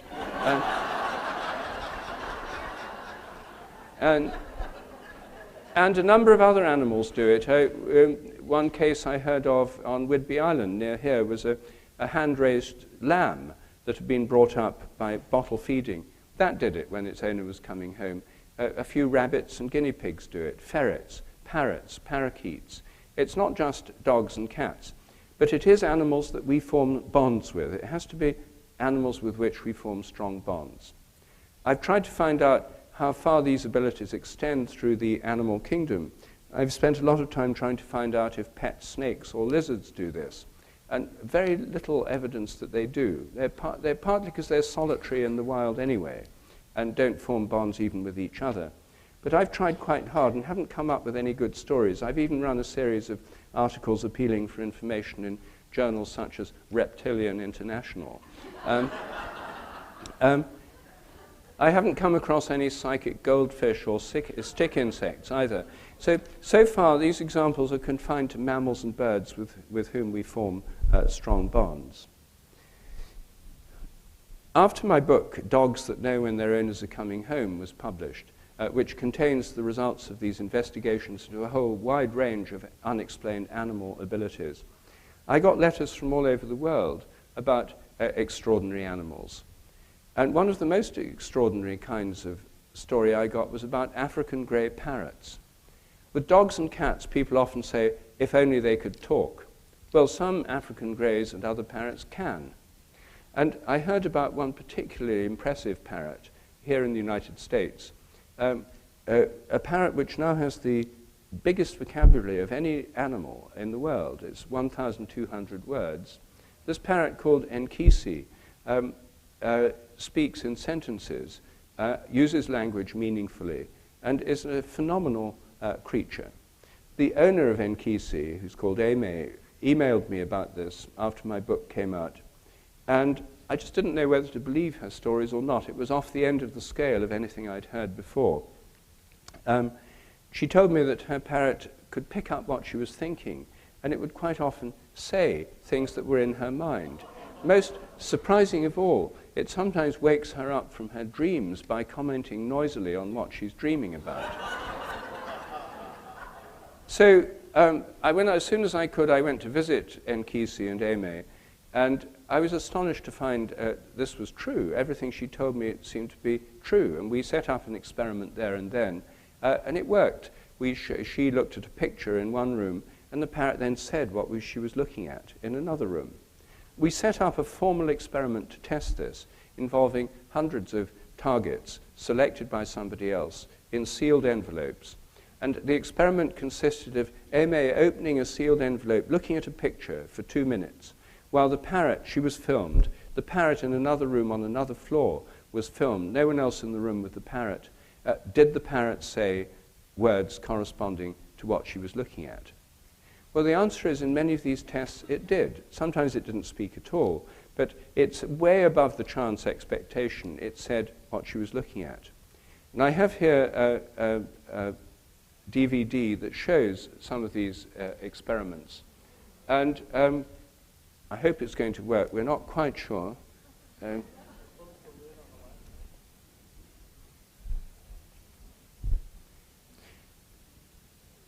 this remarkable bird is this remarkable bird speaks, as I say, in sentences. It speaks very clearly, and but of course it has an American accent, and so because this film was made mainly for a British audience, we've got subtitles.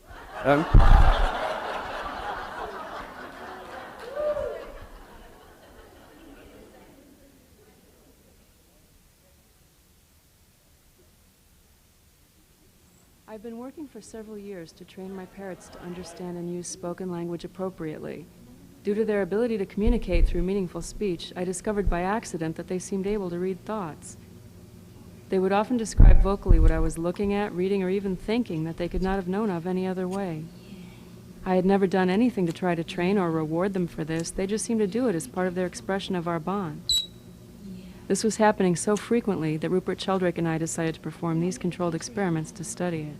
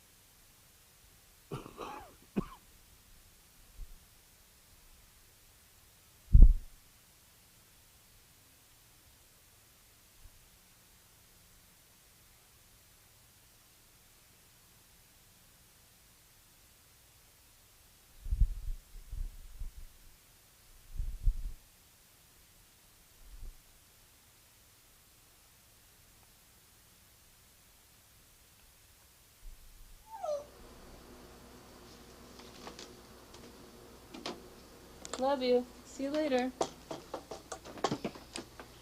I'm gonna go show you these pictures, okay? I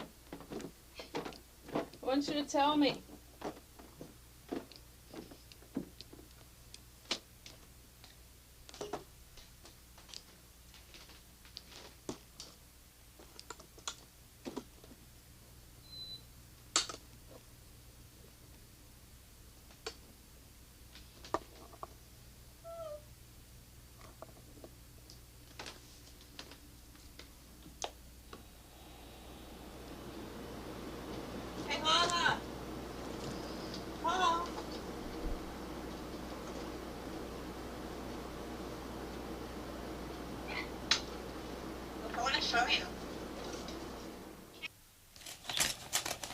From now on, the only voice you hear is the parrot. You can put the take a blow. See you later. We're gonna go take a blow. Yeah, you're bothering it, but fix the flower. You may go fix the flower. We're gonna go to camp and put the flowers on out. We're gonna put some fix a flower. Fix a flower. Go to your foot here and get a flower. Look at the flower. Yeah.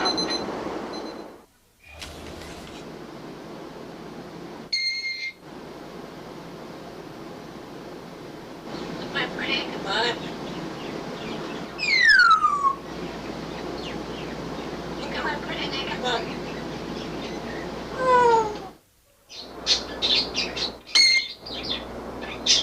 Can you go?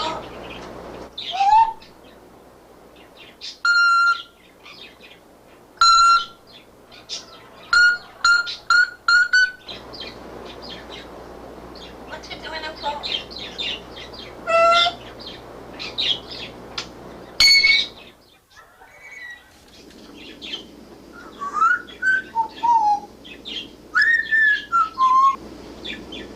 So cool.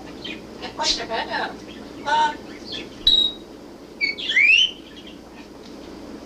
It puts your head up. Oh, careful. It's not puts your head out. What's that?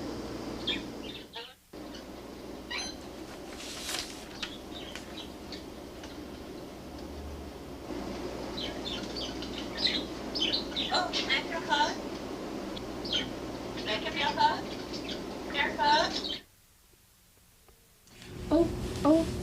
Tickle, tickle, tickle. Oh, oh, oh, I got you.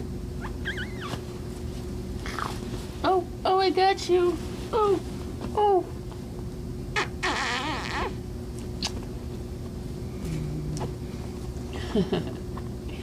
Got you. Can I have a kiss? Okay. Can I have a kiss? Hurry up. Okay. Can't reach you. Okay. Yeah.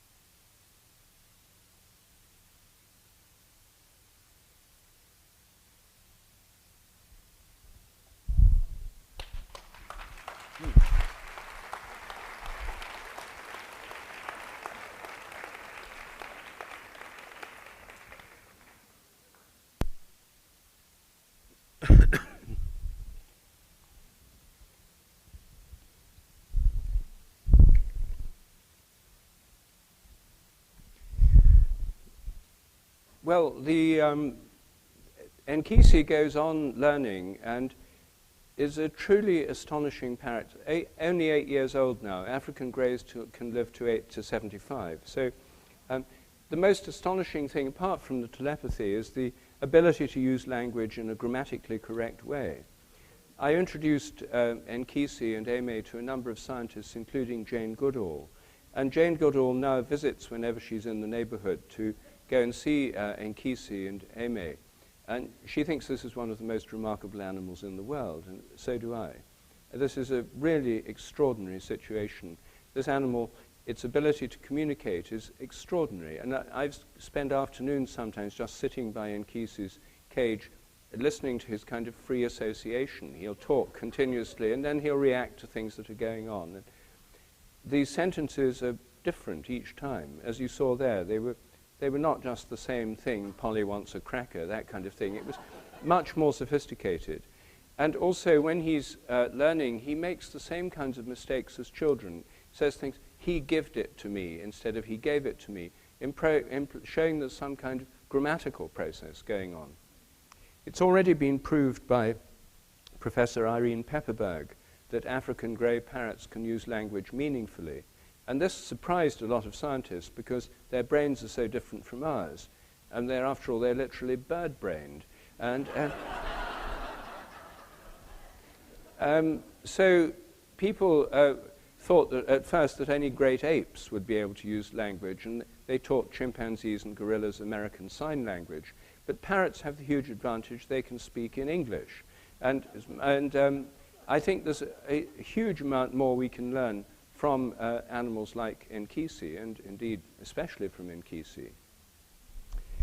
Well, telepathy, I think, is normal and common in wild animals. I think it happens with many domesticated animals between them and their owners.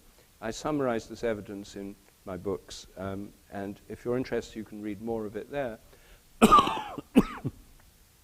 This is also published in scientific journals, and all the texts of those papers are available online on my website, www.sheldrake.org, free of charge. So you can just go and look at anything if you're interested in the technical details or the statistics. I think the same principles apply to human telepathy. I think that it depends on close social bonds.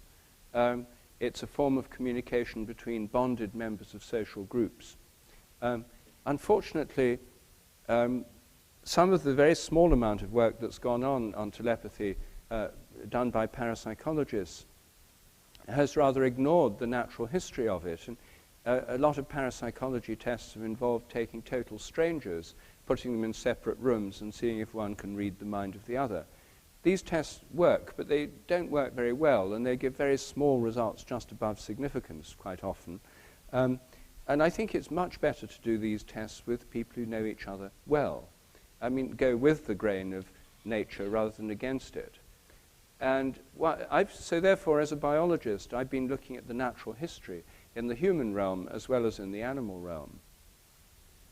One place where I think telepathy is quite common and where it serves an obvious biological function is telepathy between mothers and babies. When I first got interested in this, I looked up the literature and I found that there had been no investigations of telepathy between mothers and babies. So I started with a survey by collecting stories from mothers and then with surveys. Now, some of the most dramatic cases occur with nursing mothers and the milk letdown reflex. For the benefit of the men in the audience, the milk letdown reflex is something that happens when lactating women's breasts get ready to feed a baby. Normally it's triggered by hearing the baby cry, and it's an oxytocin-mediated response. The nipples start leaking, or some milk, in some cases, squirts out. The breasts feel different. Some women report tingling sensations. They feel their milk let down. Well, many women who are breastfeeding have had the experience of being away from home, not at a normal feeding time. They've gone shopping or something, and they suddenly feel their milk let down. Most women assume that their baby needs them when that happens. And until fairly recently, they'd just go home. Nowadays, they call home on a cell phone to find out if the baby really does. They're usually right.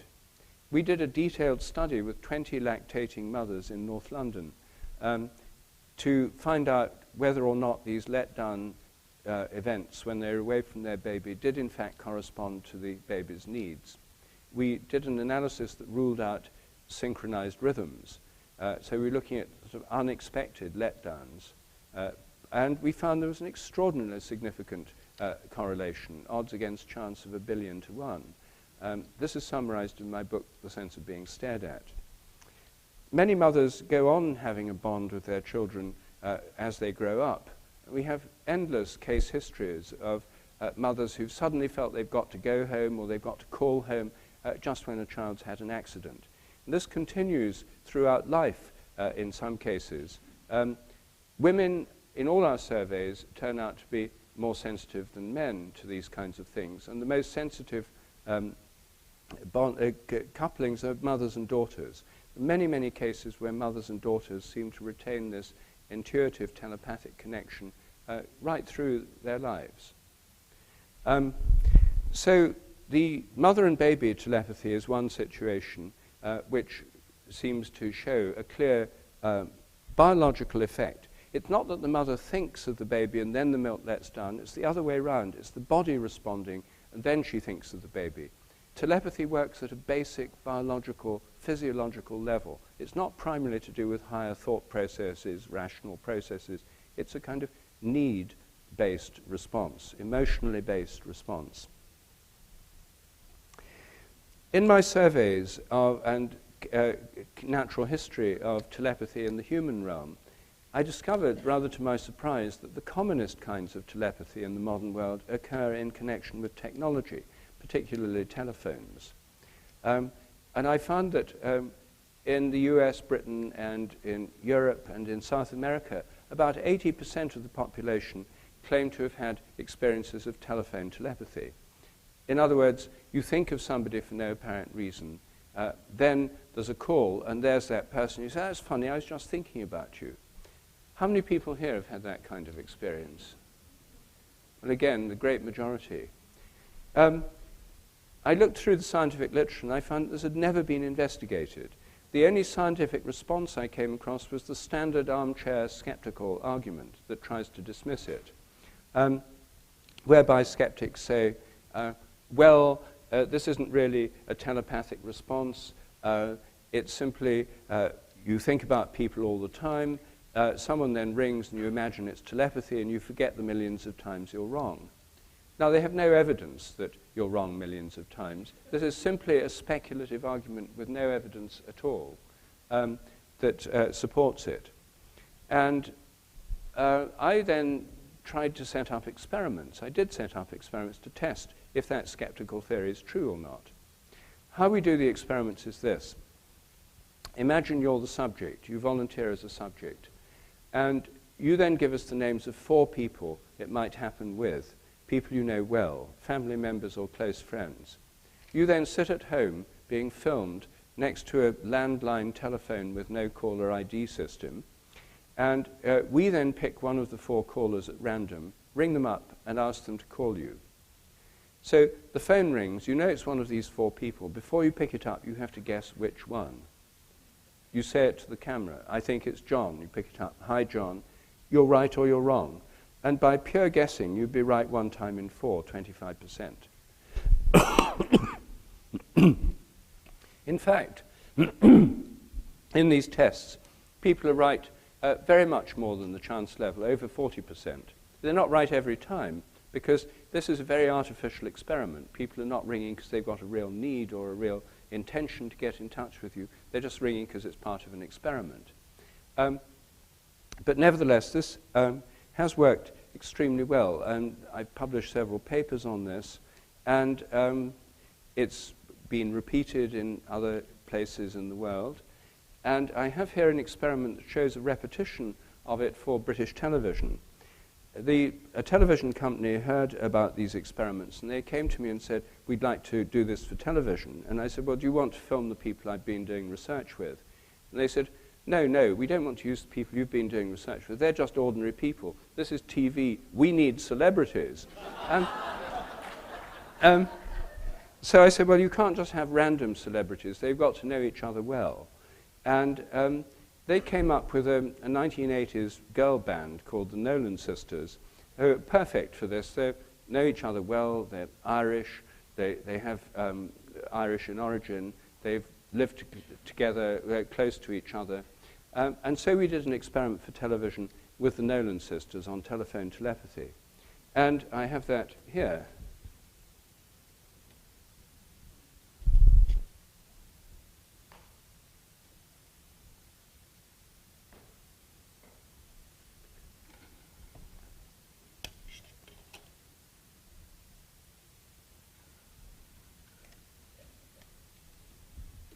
Now, let's see if we can get this to work.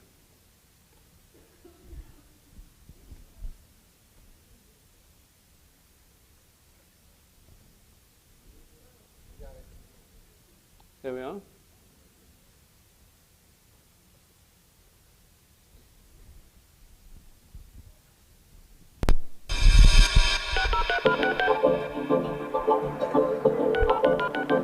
If you look at the modern world, despite all discouragement, most people believe that they've had telepathic experiences. And interestingly, the most common kind of telepathy in the modern world is precisely one that's grown up alongside technologies. In other words, telepathy connected with telephone calls.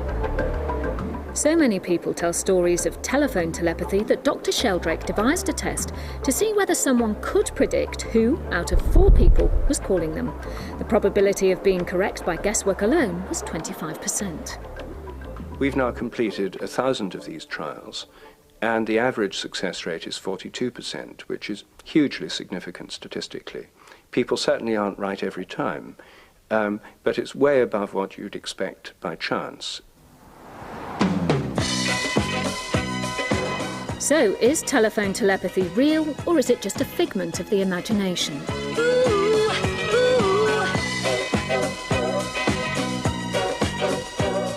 We brought one of the most successful girl bands of the 80s to London to find out. The Nolan sisters are one of the closest families in showbiz. At the height of their fame, they spent months on the road together, and most of them still live within miles of each other.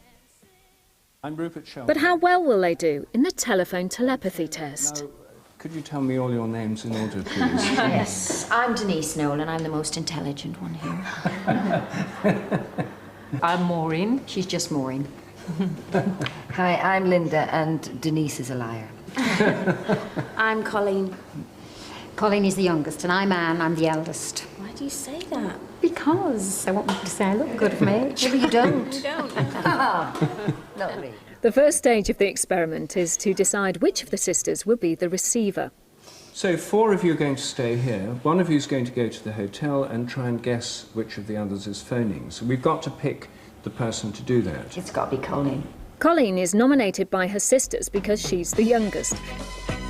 And while she's driven a mile away to the other location, Dr. Sheldrake allocates each of the other sisters a number between 1 and 4. For each trial, a throw of the dice will determine who will be the caller. So we're going to start now with the first one. I'm going to throw the die.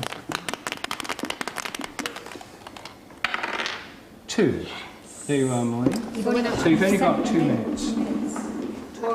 Maureen's first up, and the rest of the group must leave the room to allow her to focus. Let me think about her. When the phone rings, Colleen will have to say who she thinks is calling before she picks up. Right. Maureen. Maureen. Yes! Oh, yes! Yes! Thank God for that. Thank you. Lovely talking to you. Bye. Bye. I knew she'd get it. Yes! Bloody hell. Sorry. But that could just be coincidence. Next up is Anne, the only sceptic among the sisters.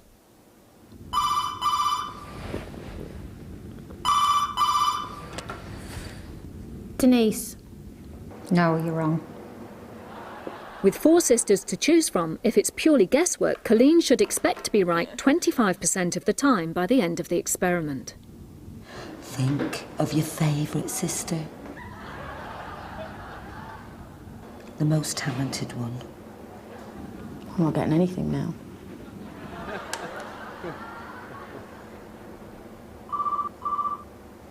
I don't want to be wrong. Linda. Linda. Yes! Yes! Yes! Good girl. You're not thick. Oh, thank you. Oh, bye. Thanks for calling. Bye. Bye. Yes. That's good, isn't it? Halfway through, and Colleen is a long way ahead of the 25% expected by chance alone. Anne's number has come up 4 times, but for the previous 3, Colleen has guessed wrong.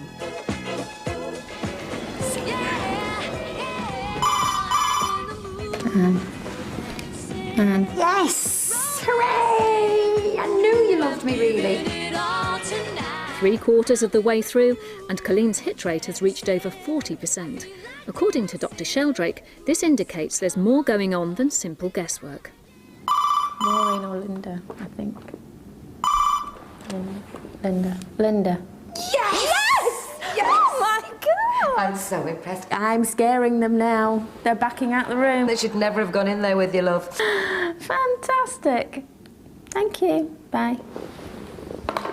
Wow. Colleen's final score is 50%, one of the highest of over 1,000 tests conducted by Dr. Sheldrake.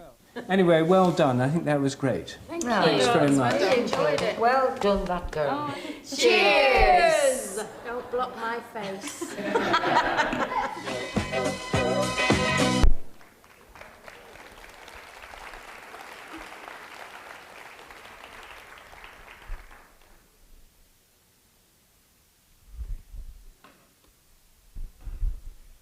Well, the latest form of telepathic communication that's evolved along with technology is the telepathic email. And we've done very similar experiments involving 4 emailers, people guessing who they're about to get an email from, with very similar results, actually somewhat higher results than telephone telepathy. I now have a series of automated tests. The idea for these first arose right here, actually, in the Seattle area. A couple of years ago, I was in Seattle, and I was asked to give a seminar at the Microsoft Research Center. It's actually one of the things that put me off PowerPoint. It's only Bruce's mentoring that's enabled me to get so far as I have today. Because when I went to Microsoft at Redmond, Washington, to give my seminar, I turned up with my Mac memory stick, thinking that would be enough.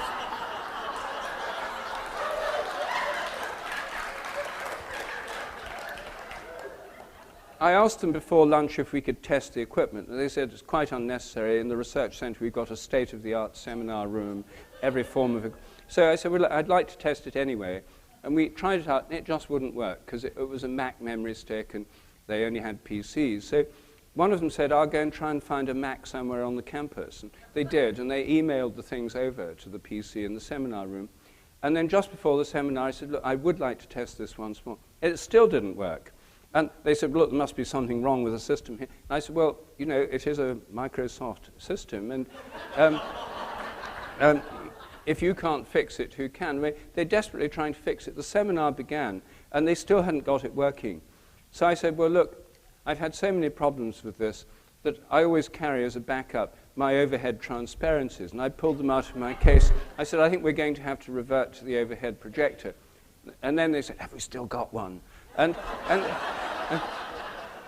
then 5 minutes into the seminar, there was a trundling noise as a technician came in dusting off the overhead projector. So after that, I thought, well, if it doesn't work at Microsoft, I'll just go back to overheads everywhere. But now, with Bruce's help, I've moved into this modern age. Anyway, one of the things that they were very interested in was the possibility of setting up an automated email telepathy test, which could run on an MSN Messenger platform or something like that, and would have enabled millions of people to do these kinds of tests, finding out how telepathic they are. Some people at Microsoft had invited me because they thought that was a real possibility. They were very, very excited about it. So was I. And indeed, the seminar went extremely well. And afterwards, there were some of them who really wanted to do this. But others said, no, look, we can't do this because telepathy is kind of flaky and, you know, we've got our corporate image to think about. And I said, well, actually, your corporate image isn't that great. And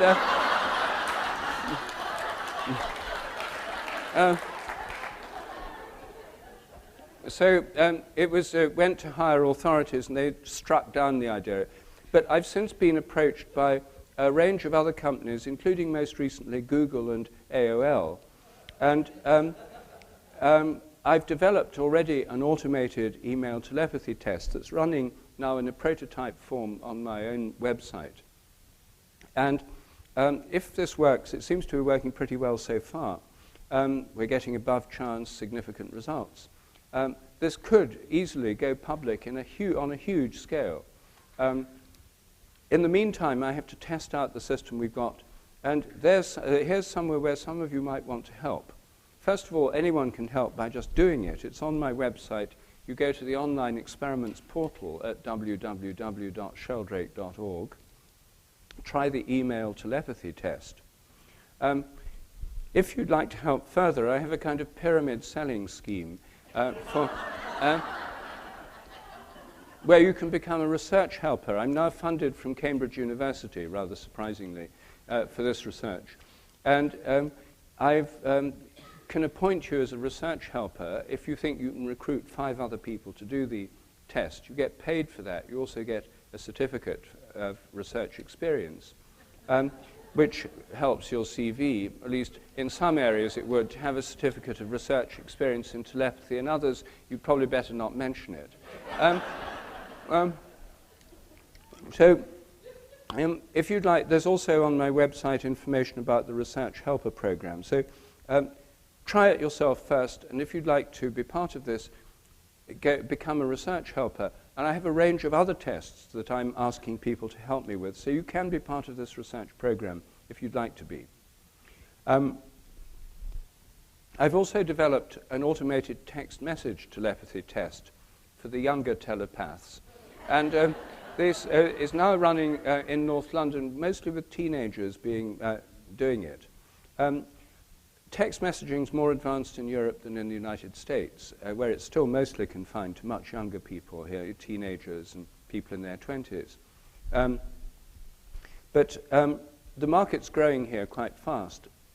And I gave a seminar at the Esalen Institute recently, and a woman who's set up a commercial text messaging company in LA was very keen to work on this with me, to develop this as a commercial product. How telepathic are you? Try the text message telepathy test.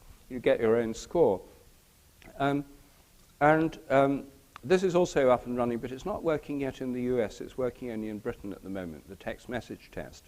But watch this space. It could soon become available here. And I have a range of other automated tests on my website. So there's something anyone can do who'd like to take part in this research. Well, that's more or less where I am at the moment with these automated tests, because I think that's the way to go. There's, in trying to persuade people within the scientific world that these things really happen, the problem is really a social one, an institutional one. Plenty of scientists know that animals and people can be telepathic, that they have psychic abilities. They know this because they've experienced it themselves or with members of their family. Lots of scientists, who are after all mostly normal people, when they get home in the evening have dogs waiting for them at the door. You know, they know this is happening, and yet institutionally there's a kind of taboo. So most scientists don't talk about these things to their colleagues because they know they're not meant to believe in them. So they pretend they don't. They pretend to be skeptics at work, but in private they relax and become quite different people. I think actually the main way in which science and medicine will be transformed is not by persuading lots of people in science and medicine that the world's got more in it than current orthodoxy admits. Plenty of them already know that. The problem is getting people to admit it in public. So I think the best model for this is in fact the gay liberation movement. This came to me once. I gave a seminar in a Cambridge University department where they work on companion animal behavior, pets. And there were 6 members of staff, and after my seminar, one after another, they came up to me and said, you know, I really believe this stuff happens. It's one reason I went into this research in the first place. I've had examples of it with my own pets and so on, but I can't talk about it here because everyone else is so straight. When all 6 had told me the same thing, I said to them, you know, why don't you guys come out? You'd have so much more fun. And I think that's what we should all be doing, trying to promote a kind of coming out movement within the scientific and medical communities, because there's plenty of people who are open to these things. It's just that they're afraid at the moment. It's like gays in the 1950s. And I think that, I don't know quite how this should be organized. I mean, you know, gays used to have those glad to be gay button stickers, you know, happy to be holist, something like that. But I think a coming out movement is what we should all try and promote. And anyone here can help. If you work in a professional organization, just talk openly about these things. You'll find most people agree with you. And it's a huge relief to break through this taboo, which is still very strong in our society. Well, I think I've said enough to show that there's a lot of new areas in science to explore. There's new models available, more holistic models in science and medicine. Paradigm shifts can only occur when there's an alternative model. People are not going to give up one that works up to a point in favor of nothing, but they can give it up if there's an alternative model. There's alternative ways of doing this research. I myself have spent a long time trying to think of cheap and simple experiments because it's very hard to get this kind of research funded. But one way of dealing with that problem is to try and make it really simple and inexpensive. And most of the experiments I've talked about really are very inexpensive. And the Greek word one you did today, you see, it costs very little, photocopying you know, my research assistant's time in marking them. There's not much more than that. The telephone telepathy ones don't cost much. The email telepathy ones are virtually free. So there's plenty of work that can be done, plenty of things that can be investigated. And I think we stand on the threshold of a really exciting new period of scientific development. Now there's some time left, and now's a time when we can have questions and discussion. If I had longer, I would have wanted to do more experiments with you, but we don't have time for that. And so what we'll do for the questions and discussion is like last night. If you want to ask something, please come up. There's 2 microphones here, one on either side. And I'll try and answer or comment on what you say. Okay, I have a question from remarks you made last night, which is, if I understood you correctly, you said that there's evidence that plants under certain circumstances will increase their mutation rate highly and also direct the mutations or have mutations that are helpful to the plants, which of course is very much in opposition to the random mutation, natural selection model. So I'm wondering if you could talk a little bit more about that and also indicate where you might be able to find non-scientific explanations and Okay, the example, I'll just give one example. It was discovered last year that in the plant that is most studied by scientists called Arabidopsis, it's a small plant. It's like the plant equivalent of the fruit fly. It's what botanists like to study because they know the genome. It has a short generation time. In Arabidopsis, there's a flower mutation called hothead, where the petals fuse together. And the mutants are called hothead. And it's a double recessive. It has normal kind of Mendelian inheritance. But they noticed that about 10% of these plants were reverting back to normal. The back mutation rate was 1 in 10, whereas by chance it should be like 1 in 10,000 or something, or 1 in a million or 10 million. So how was it that they were reverting back at these hugely increased rates? This was done at Purdue, and they found that because they knew the whole genome, because they could sequence everything, and they also ruled out accidental cross-pollination, all the trivial explanations, they came to the conclusion there was a hugely enhanced back mutation rate that couldn't be explained by any known mechanism. They then postulated an explanation that there's a parallel system of inheritance in plants consisting of cytoplasmic RNA, which contains copies of all the genes and can correct genes when needed. Now, this is a very radical suggestion. It goes against all the normal dogmas of biology. And there's no evidence for it either. But they're driven to this extreme position by the evidence that they got for this back mutation rate. I think that morphic resonance could provide a much better explanation. But this was published in Nature, it was in Science, it was in all the leading scientific journals. And if you want to get into the literature, do a Google search on hothead Arabidopsis, and you'll get into this literature. Okay. And the paper in Nature also reviewed a whole lot of other anomalous inheritance phenomena in plants that they think could be explained in a similar way. So this is a quite recent discovery just last year, and it was reported widely in the scientific press. It wasn't in the sort of non-scientific press much, but it's a radical discovery. There's also been a lot of studies on directed or seemingly purposive mutations in bacteria, which is also very controversial, but also is backed up by lots of evidence. And so far, on the second of that, the bacteria, is there, where would you look for that?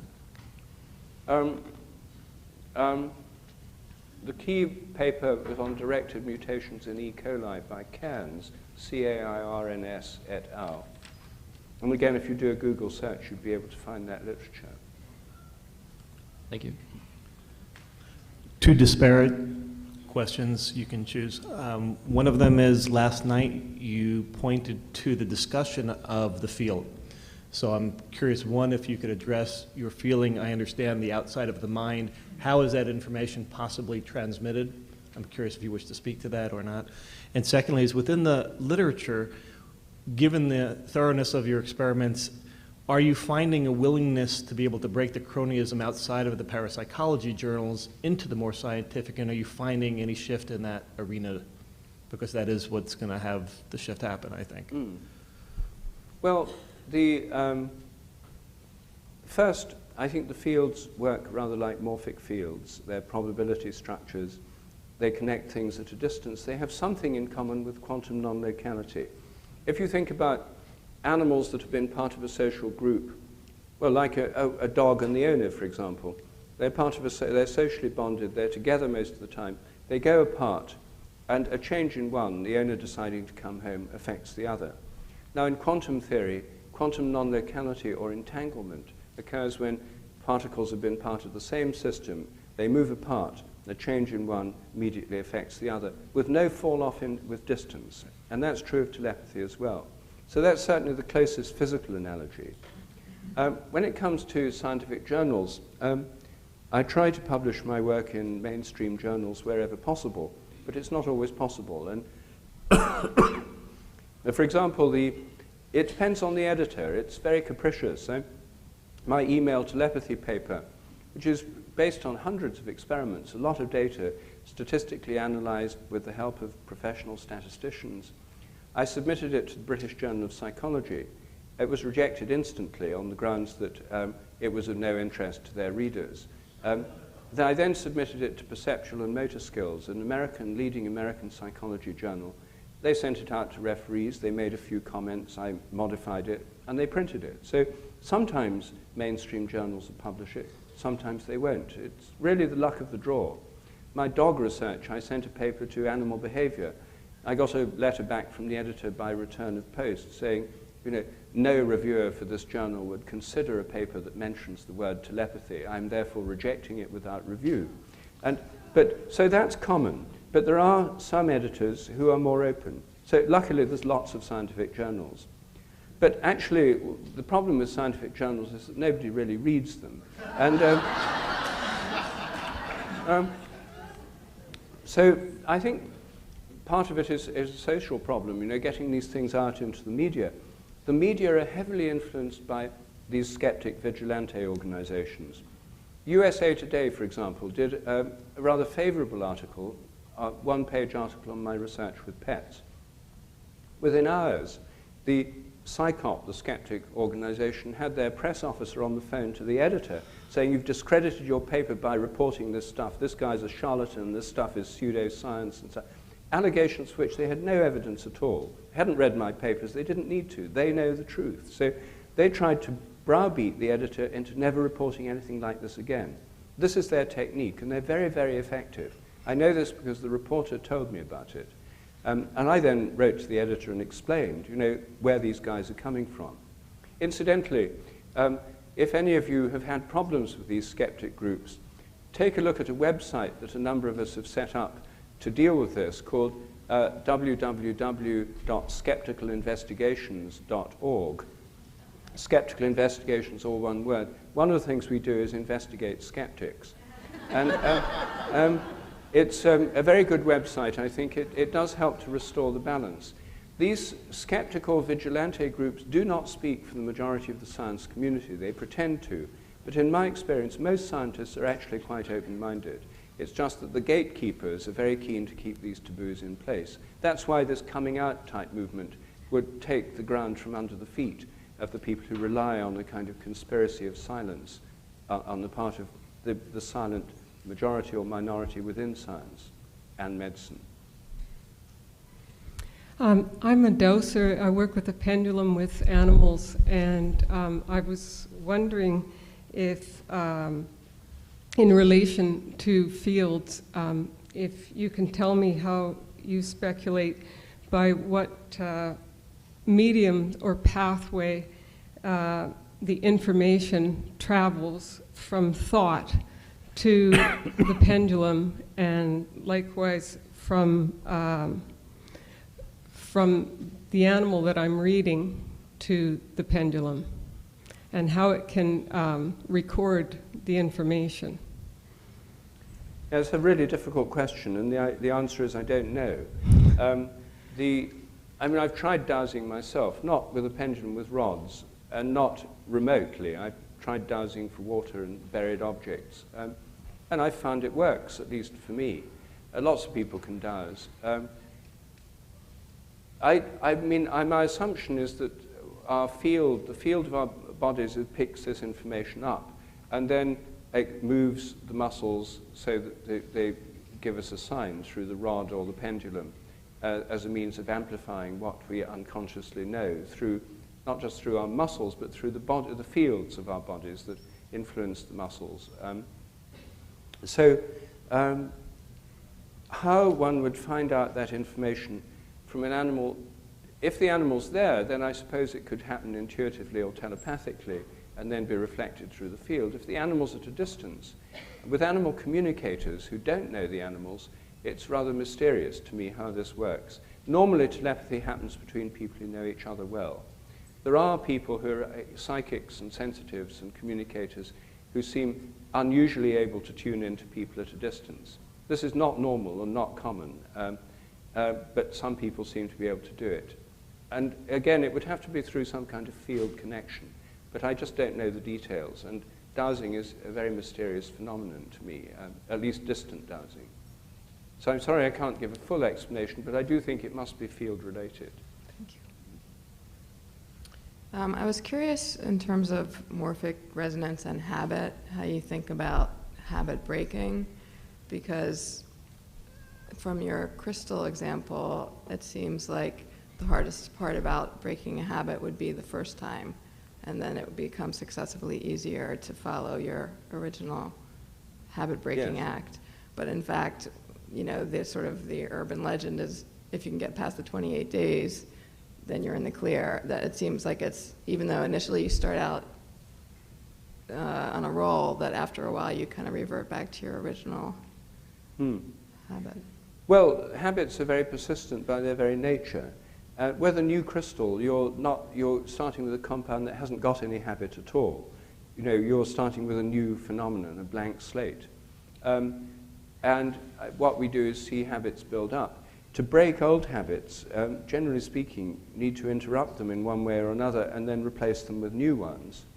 And that's not easy, as any psychotherapist or anyone who's tried to change their habits knows.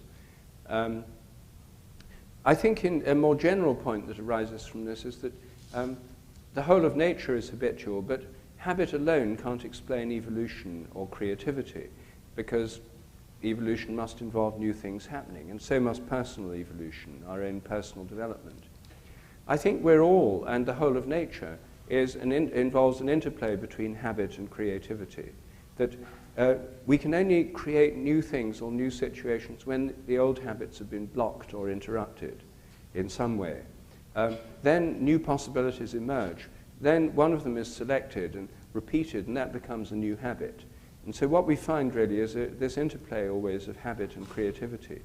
But without particular vigilance or without finding new habits to replace them, old habits usually come back sooner or later.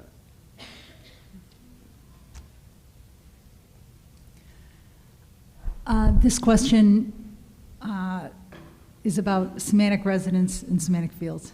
Or no, morphic resonance. But so I'm a psychotherapist, and I have a number of clients who have come back in, and one in particular I'm working with right now who says no matter what he does, he keeps connecting with women who end up being like his mother. and they seem different, and we're trying to work on his part of the dance, but I keep wondering if there's a way to help someone. You talk about the way a field is set up, and I keep wondering if there's a way to help someone change something that's not only part of their dance, but that is in the field that they grew up in. And I'm thinking of also the intergenerational field, because it sounds like there's some patterns coming down in the generations in his family. Well, I'm not a therapist myself, and I can't give any immediate practical suggestions, but the therapist who's interested me most is a German family therapist, Bert Hellinger. And Bert Hellinger, who does systemic family therapy, gets the person who's interested in doing something, sets up a constellation of their family. They pick someone to represent themselves, the mother, the father, their brothers, sisters, and other members of their family group. They then place them in relation to each other. It's a kind of model of the family field. And Hellinger thinks of it as creating the family field right there. Then you can see how the people interact. It's fascinating to see this happen, because the way they place them, immediately just by looking at it, you can see how they're related to each other. You know, sometimes you have the person places them way out, away from all the other members of the group, looking out. And then he goes up to that person who's standing there and says, "How do you feel in relation to the family?" And not surprisingly, they say, I feel kind of isolated as if I'm looking somewhere else. I'm not connected to them. And that's just what that person in the family was.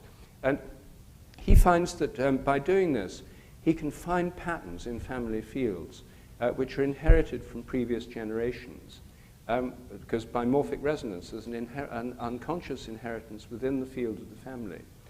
One of Hellinger's most interesting discoveries is that many disturbances in family fields occur through people in past generations who've not been acknowledged, people who've either died young, committed suicide, or who've been airbrushed out of the family history, people who are there but have not been properly acknowledged. This sets up appalling patterns, and in subsequent generations, people sort of repeat patterns that they're completely unconscious of, and so are other members of the family. But when you can trace them back to a previous generation, what he then does is changes the field by moving people around, has them say things to each other. I recognize you. He brings in the missing person, puts them there. These have astonishing effects on the whole family balance. And quite often, Hellinger and his colleagues tell me that someone who's been there, they've done this therapy with them, they go home, and someone they haven't heard from for years, you know, long-lost cousin or somebody, or brother they're estranged from or something, calls up and says, I just felt I had to call. I felt something had changed. This is a very fascinating field. Of all the systems of therapy I've come into contact with, this is the one that seems closest to the morphic field idea. Whether that would help, I don't know. It does, thanks. I'll look up Bert Hellinger. Okay. Hellinger, systemic family therapy. There are groups in America that do this. Hi, Rupert. Hi, Mark. I was wondering, you spoke last night about a type of small-celled animal that would change its shape, morph its shape based on external factors. Even though, of course, its DNA hadn't changed, it was able to it changed its shape profoundly. Due to limitations of time, you might not have gone into perhaps how a skeptic would see that. A skeptic would say that, well, couldn't it have been that a different part of the DNA was triggered, and so, yes, the whole structure of the DNA didn't change, but simply due to the external event, a new portion of it is now activated. Yes. I was just curious if you could maybe elaborate on that. Thank you. Yes, I mean, I think DNA is triggered, and the morphic fields and the way that cell membranes and the fields of the whole cell work is partly by activating different proteins being synthesized in the DNA. I mean, I shouldn't give the impression I'm against genes or think they don't do anything. They do. They code for proteins, and they make the right proteins at the right place at the right time. But they themselves, they have to know how to do it. It's the field that controls the DNA rather than the DNA controlling the field. So that's part of the process. The changes in these unicellular organisms, Naegleria, N-A-E-G-L-E-R-I-A, Naegleria, this particular species is called, these changes are triggered by the environment, and the membrane begins to respond quite fast. And it may be it involves new proteins being made. It may not. I mean, the way to test that would be to see if it still changes even in the presence of protein synthesis inhibitors. But from the point of view of morphic fields, it's not either or, it's both and. It involves fields and genes. The problem with the conventional view is it only involves genes, and it leads into all sorts of problems and incoherences. So inheritance, I'm saying, involves both genes and morphic fields. They work together, and the morphic fields help to modulate and affect the activity of the genes. So I wanted to reflect back on yesterday where Bruce talked about doubt and sort of the inverse of that, the power of positive intention. Yes. At the individual level. At the more macro level, we have a notion of field. And field inherently controls the components of the field. A magnetic field controls the filings, as an example. How do these two notions come together? How does the sort of notion of free will on the one hand and participating in a constellated field on the other one actually kind of coexist? And I'll just jump to a potential. With the work of Alfred North Whitehead, again, and we've had the 20s has been sort of a theme I've noticed. sort of talks about the fields in your parlance being in potentia, and that the intention is in the individual, and this is arbitrated by feelings as the arbitrator. I just wondered where you would go on this kind of, because to me they seem to be, you can't have complete free will if you're within, you know, a component in a field, as the birds can't as part of a flock, for instance. Well, I mean, the debate as to whether we have free will or not has been going on for centuries, just in conventional forms, and I don't think this is going to solve it for us, because any view of free will has to admit that a large amount of what we do is conditioned by our environment, our heredity, and so forth, our social circumstances. And there's always grave limits on how much real free choice we have. Now, of course, there's certain kinds of rather trivial free choice that are common. I mean, American supermarkets are based on this principle. You can't just have one of anything. You've got to have 50 different kinds. So the tyranny of choice is something that overcomes me in America quite often. But the serious choices, important choices, are ones where what we have, I think, in our consciousness are alternatives, alternative paths of action. Consciousness is about considering alternative possibilities or potentials and choosing among them. Whether any choice is really free or not is very hard to decide, but we all have to believe that at least some of our choices are free. I think in choosing between morphic fields is in part like choosing channels on a TV. There's all these alternative forms of behavior, all these alternative lifestyles, choices, religions, philosophies, worldviews, social groups we could belong to. Each has its own field. When we enter into one, we become part of that. But we could choose to belong to a different one. Now, in species of birds that are part of a flock, they don't usually have the choice about belonging to the flock or not. They could perhaps choose to fly away from the flock. Indeed, sometimes you see birds that do split off from the flock, but they usually come back again. But with social animals, staying together is the entire key to their survival. That's why they stay together. It's why we stay together. We can't survive as isolated individuals, and nor can most social individuals of any social species. In that sense, we have no choice about being members of the social species, although some people are definitely more solitary than others. So these traditional philosophical conundrums about free will and choice take on a new light in the context of morphic fields, but we still have the problem of understanding the balance between conditioning and freedom. And there's no clear final answer on that one. I think what we'll do is we'll break for lunch now, and I'd like you to just help me welcome and thank Mr. Sheldrake one more time.